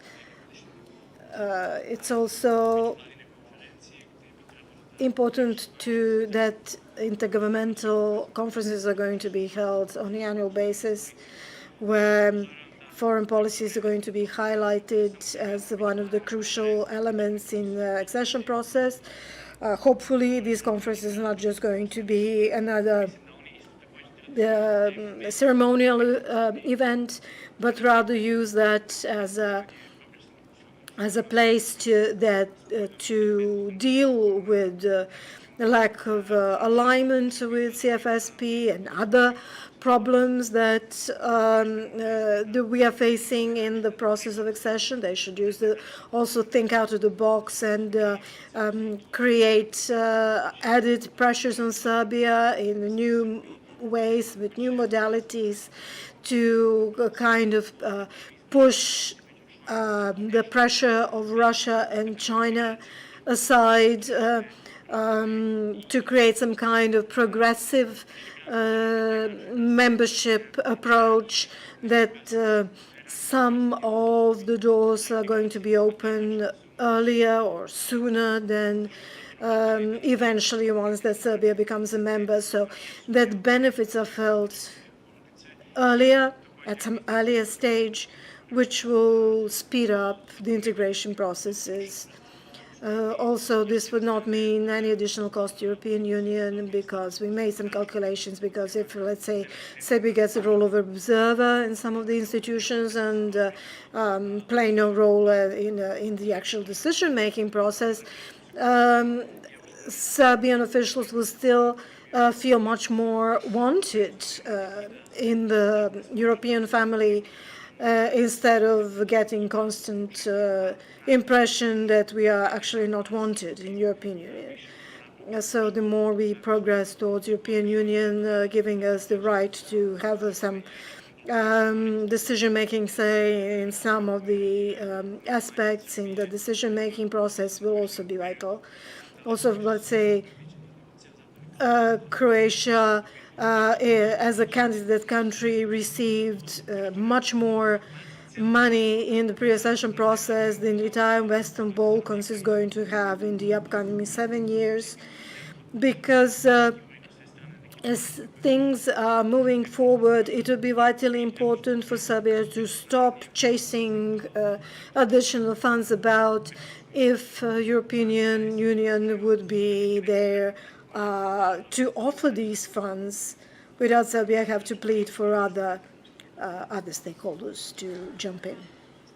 Thank you, Strahinja. Mi smo imali, sa nama je bio We had Mr. Milacic, who is advisor to the Minister of European Integration, and during panel one, he said that we should make a distinction between chapters 31 and 35, and that they should not be discussed together. Indeed, these are two separate chapters, but I think that Chapter 31 is laboring under the burden of unregulated relations with Kosovo. And now I'd like to ask Dušica, who is the member of the European Integration Committee of the National Assembly of the Republic of Serbia. And can you tell us about this pressure that Chapter 31 is under due to unresolved relations between Serbia and Kosovo? Thank you very much to SEAS and the Norwegian Embassy for giving us an opportunity to discuss these topics, and of course, we will not be able to finish the debate on these topics today, but as an MP and the member of the European Integration Committee since 2014, and now I am a deputy chair of this committee. Chapters 23 and 24 actually are the reflection of the overall European integration process. And when I was at the university and when at the political faculty of political science, our professor was Professor Samardžić, and at that time there was this big bang enlargement of the EU, where 10 European countries joined the EU at the same time. And even when Bulgaria and Romania joined the EU, and even when Croatia joined the EU, Chapter 31 was just a technical type of a chapter in the negotiations with the EU. So it was a simple chapter. It was only in 2014 when Chapter 31 got this became different. Yes, we do have Baltic countries that had indeed tried in every way for the report to be adopted. Not only Estonia, Latvia, and Lithuania, but other core European member states, like Germany, who were against the adoption of that report. So, we have had a very active debate, even today, and this is why I couldn't join you in person, but via the link. And members of the European Integration Committee of the Serbian Parliament are very active. And also we are members of the Cossack Forum. And during Slovenia's presidency of the EU, Cossack will take place, and it actually gathers in European integration, parliamentary European integration committees. So it would be a great opportunity to meet representatives of all these committees and exchange views. So Serbia, Montenegro, North Macedonia, and Albania, I would say, we share the similar fate in European integrations, even though Serbia is well advanced in the EU integration process. 18 negotiating positions were open, 2 chapters were temporarily closed, and recently Cluster 1 on some basic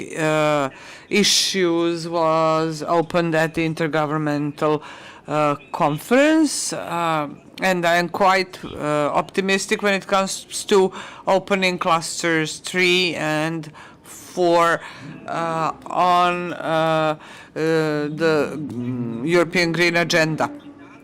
So a lot of work is ahead of us, and all the reforms being implemented in Serbia are to the benefit of our citizens. So on multiple times the panelists talked about the benefits of European integration and NATO integration as well, and the role of the media, and how attractive this topic is for the media to report on Serbia's cooperation with NATO. And when it comes to the European integration process, the Serbian government as the chief negotiator, and the Ministry for European Integration, and the National Assembly and local government units, representatives, civil sector within the National Convention, all of us together have had an impact on greater media coverage of European integration process, and maybe this is the best recipe for success. And I do agree that there is not sufficient information in the media on Serbia's cooperation with NATO, and the information that they present are not fully verified. And my colleague Dragan Šormaz said that it's the responsibility of the executive power to actually have or ensure more media coverage. I disagree with him, because I believe that everyone involved, including the civil sector, that find this topic important, the academia, the civil sector, and the young people who are studying at universities in this country should also influence this. I have been with you today throughout this day, and I think that we should start such a debate also in the European Integrations Committee. And we often see Mr. Miločić and the Minister for European Integrations when it comes to reporting progress on chapters. We often see him in Parliament, but Anja and Strahinja and all the other participants of today's panels, we would really like to see you at a similar meeting, and maybe we could organize a similar debate in the Parliament as well. And we are open to cooperation with you. So when it comes to summarizing the debates today and offer conclusions and what we expect in the future, chapters 31 and chapter 35, and the main topics of today's debates. So one general conclusion would be that Serbia will continue this highest level political dialogue in the future, and in this process we need partners, not only official institutions of the Republic of Serbia. So here I primarily mean the government and parliament, but the fourth estate is equally important. The civil sector, NGOs and CSOs, media representatives are important as well to bring the European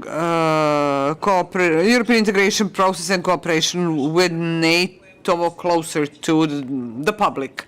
And this is my third term of office on this committee, and those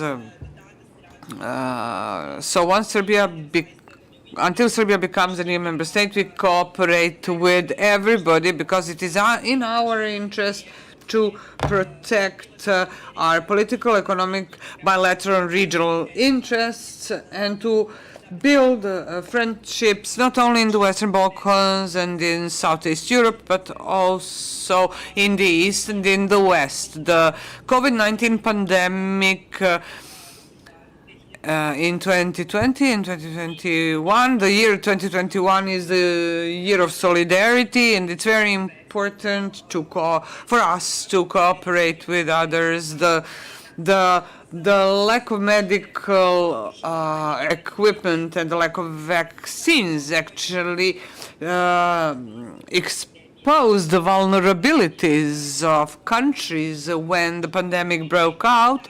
So we are all in this together, and it's we need to keep cooperating. Ms. Grubiesic gave examples of cooperation between EU member states and China, and numerous investments, and Chinese companies cooperate with Germany, opening companies in Germany and in France. We're living in a global world where economic interest is very important also in terms of national security and survival. So there have been a lot of good examples concerning vaccination. A lot of people from the region came to Serbia for immunization. Serbia has been helping other countries in terms of procurement of vaccines, and one contingent of medical equipment was delivered to our friends in Italy by the Minister of European Integration, because Italy was the hardest hit when the pandemic broke out. So they had the highest number of those infected. So I know that you are very tired. We have been working all day. As for the progress report, in Chapter 31, Serbia is moderately prepared, and certain progress has been made under the new methodology. This is Cluster 6, that Chapter 31 belongs to, which has recently been opened, and Serbia has intensified relations and strategic partnerships with EU member states, not only in terms of participation in military operations and peacekeeping missions. And when you analyze the main foreign trade partners to Serbia, these are mostly EU member states. And also when it comes to weapons non-proliferation treaty, armament control agreements, so these are all the shared values of the EU. We have very active cooperation with various international organizations, the Council of Europe and NATO, and we have IPAP 2019-2021, and we're also participating in joint military exercises with NATO and the United States, as colleague Sharma has mentioned. So it's very important for me to include in the final conclusions the fact concerning the exchange of safe procedures for exchanging information, cooperation with Interpol, Europol, NATO is very important to us, and we will be working on that in the future. We've also ratified the Frontex agreement on the protection of external borders of the EU, so Frontex officers could guard our borders together with Serbian border guards. We have also touched upon the topic of media and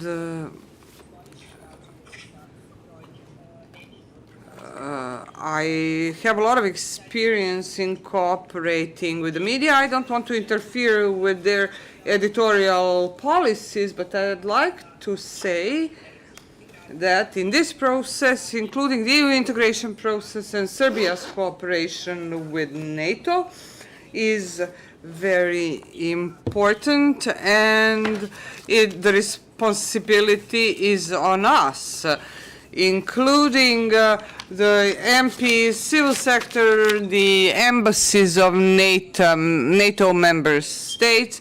So it is in our mutual interest for communication to be as accurate, as open as possible, and multiple panelists have mentioned misinformation, and Marco from the BFP, my colleague from the Faculty of Political Science, talked about the media, so I don't want to repeat myself. And the last two sentences that I'd like to share with you: Serbia is not going to initiate any conflicts in the region. On the contrary, Serbia is the guarantor of peace and stability in the entire Western Balkan region. Chapter 35 is not going to be a replacement for dialogue in any way.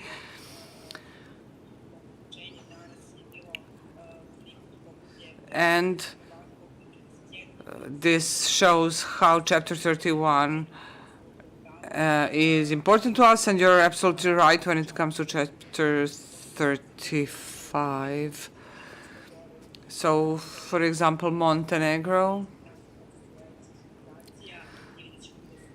is also in the European integration process, and for them, this chapter contains only some technical issues, unlike Serbia.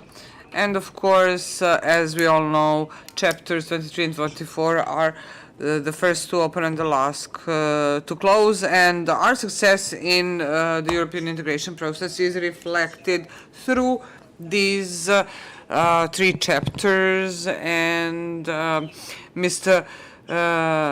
Milacic is an associate of ours. We often see him in Parliament. And so everything what he said was very important concerning chapters 31 and 35. So next Thursday, you're going to have an active partner, and that is Serbia. And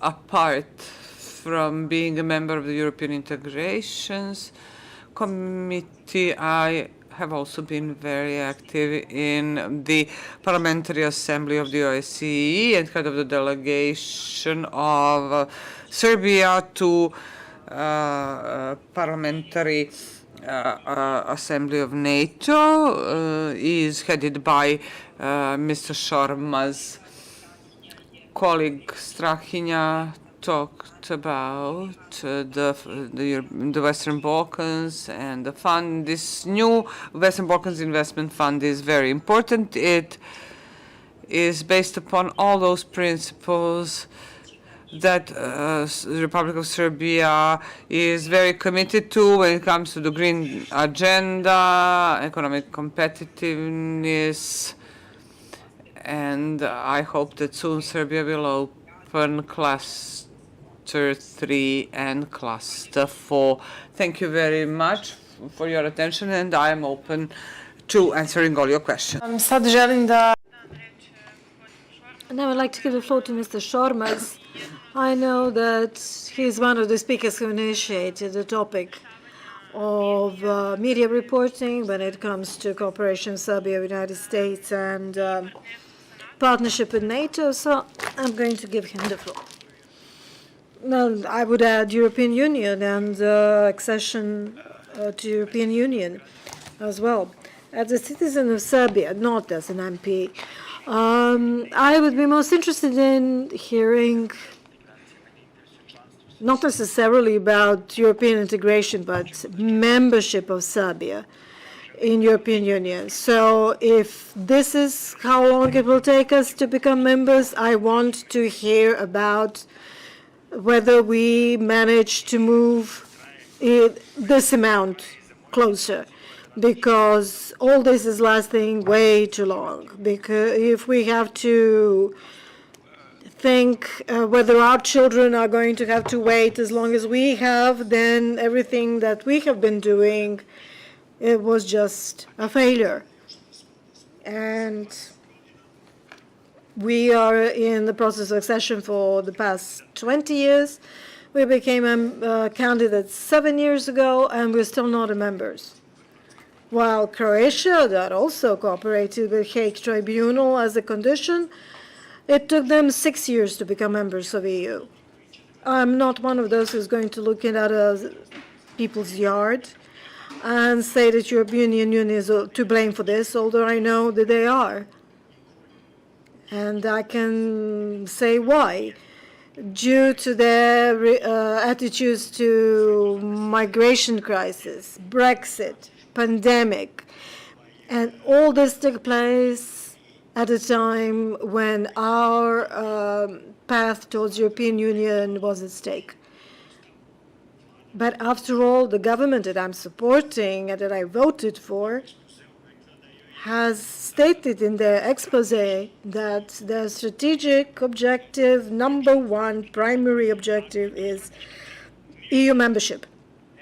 If this is strategic objective number one, then nothing else is more important. And yet we've seen research that shows that China is the most important partner.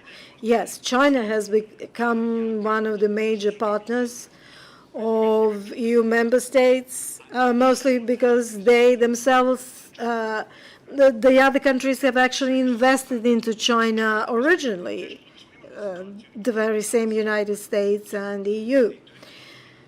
But liberal capitalism cooperates, builds each other, help each other.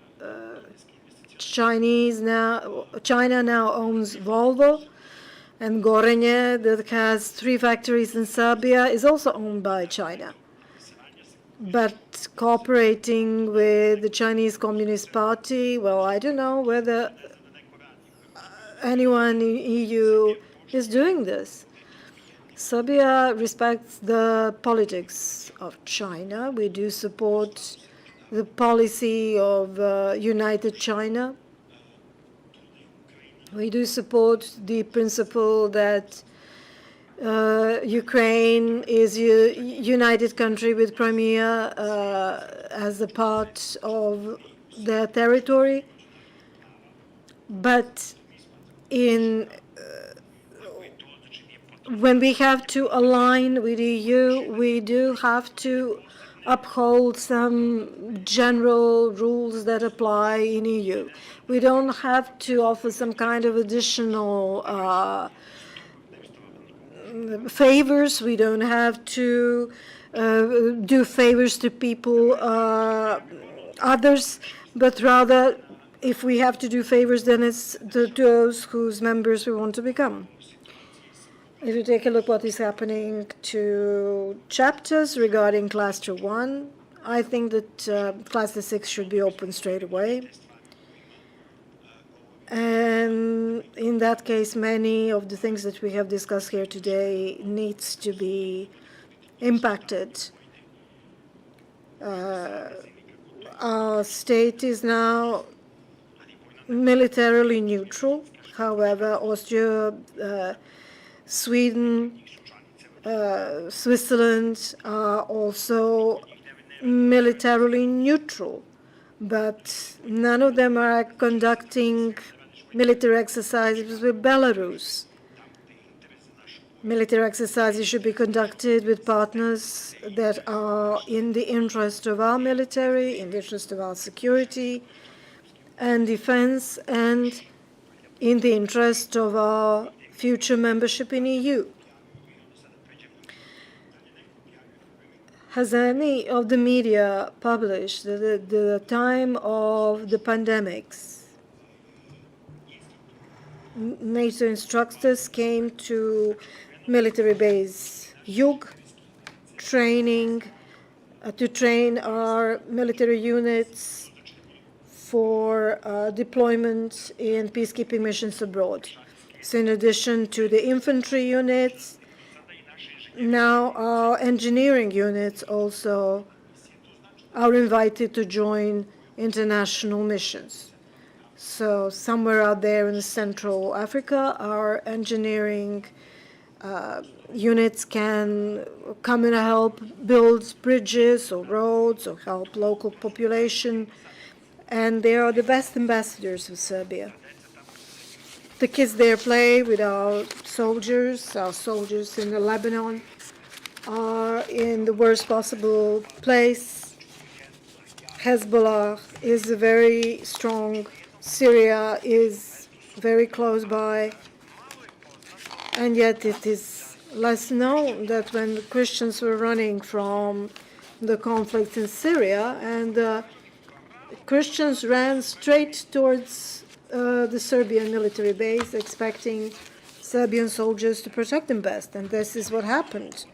So that means that we do have a certain brand, a certain image in the world that we should protect. And this means that we should cooperate with those who respect that brand and that who will uphold that brand to be maintained. I don't have anything against Russia, China, but I see no interest in collaborating with anyone else, especially bearing in mind that this is going to make us problems in collaboration with the European Union.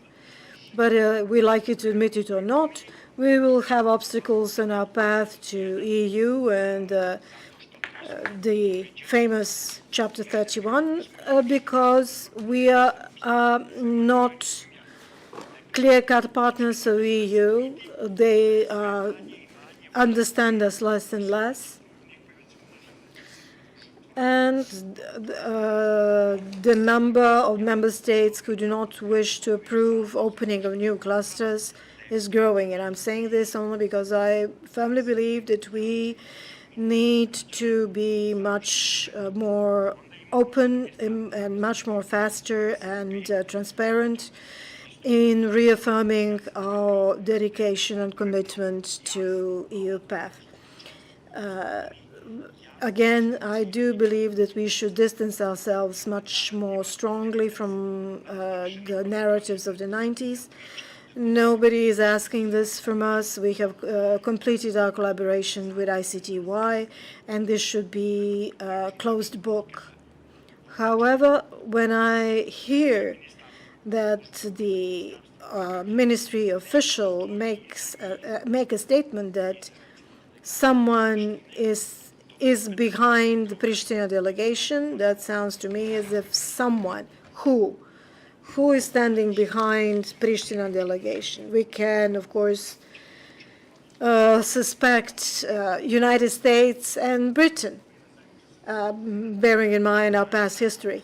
But practically several hours later, two ambassadors in Pristina, United States and Britain ambassadors, have said, no, you have to establish the community of Serbian municipalities. So personally, I believe it is Kurti who is doing all this on his own volition, and sooner or later he will be left alone and nobody is going to back him up.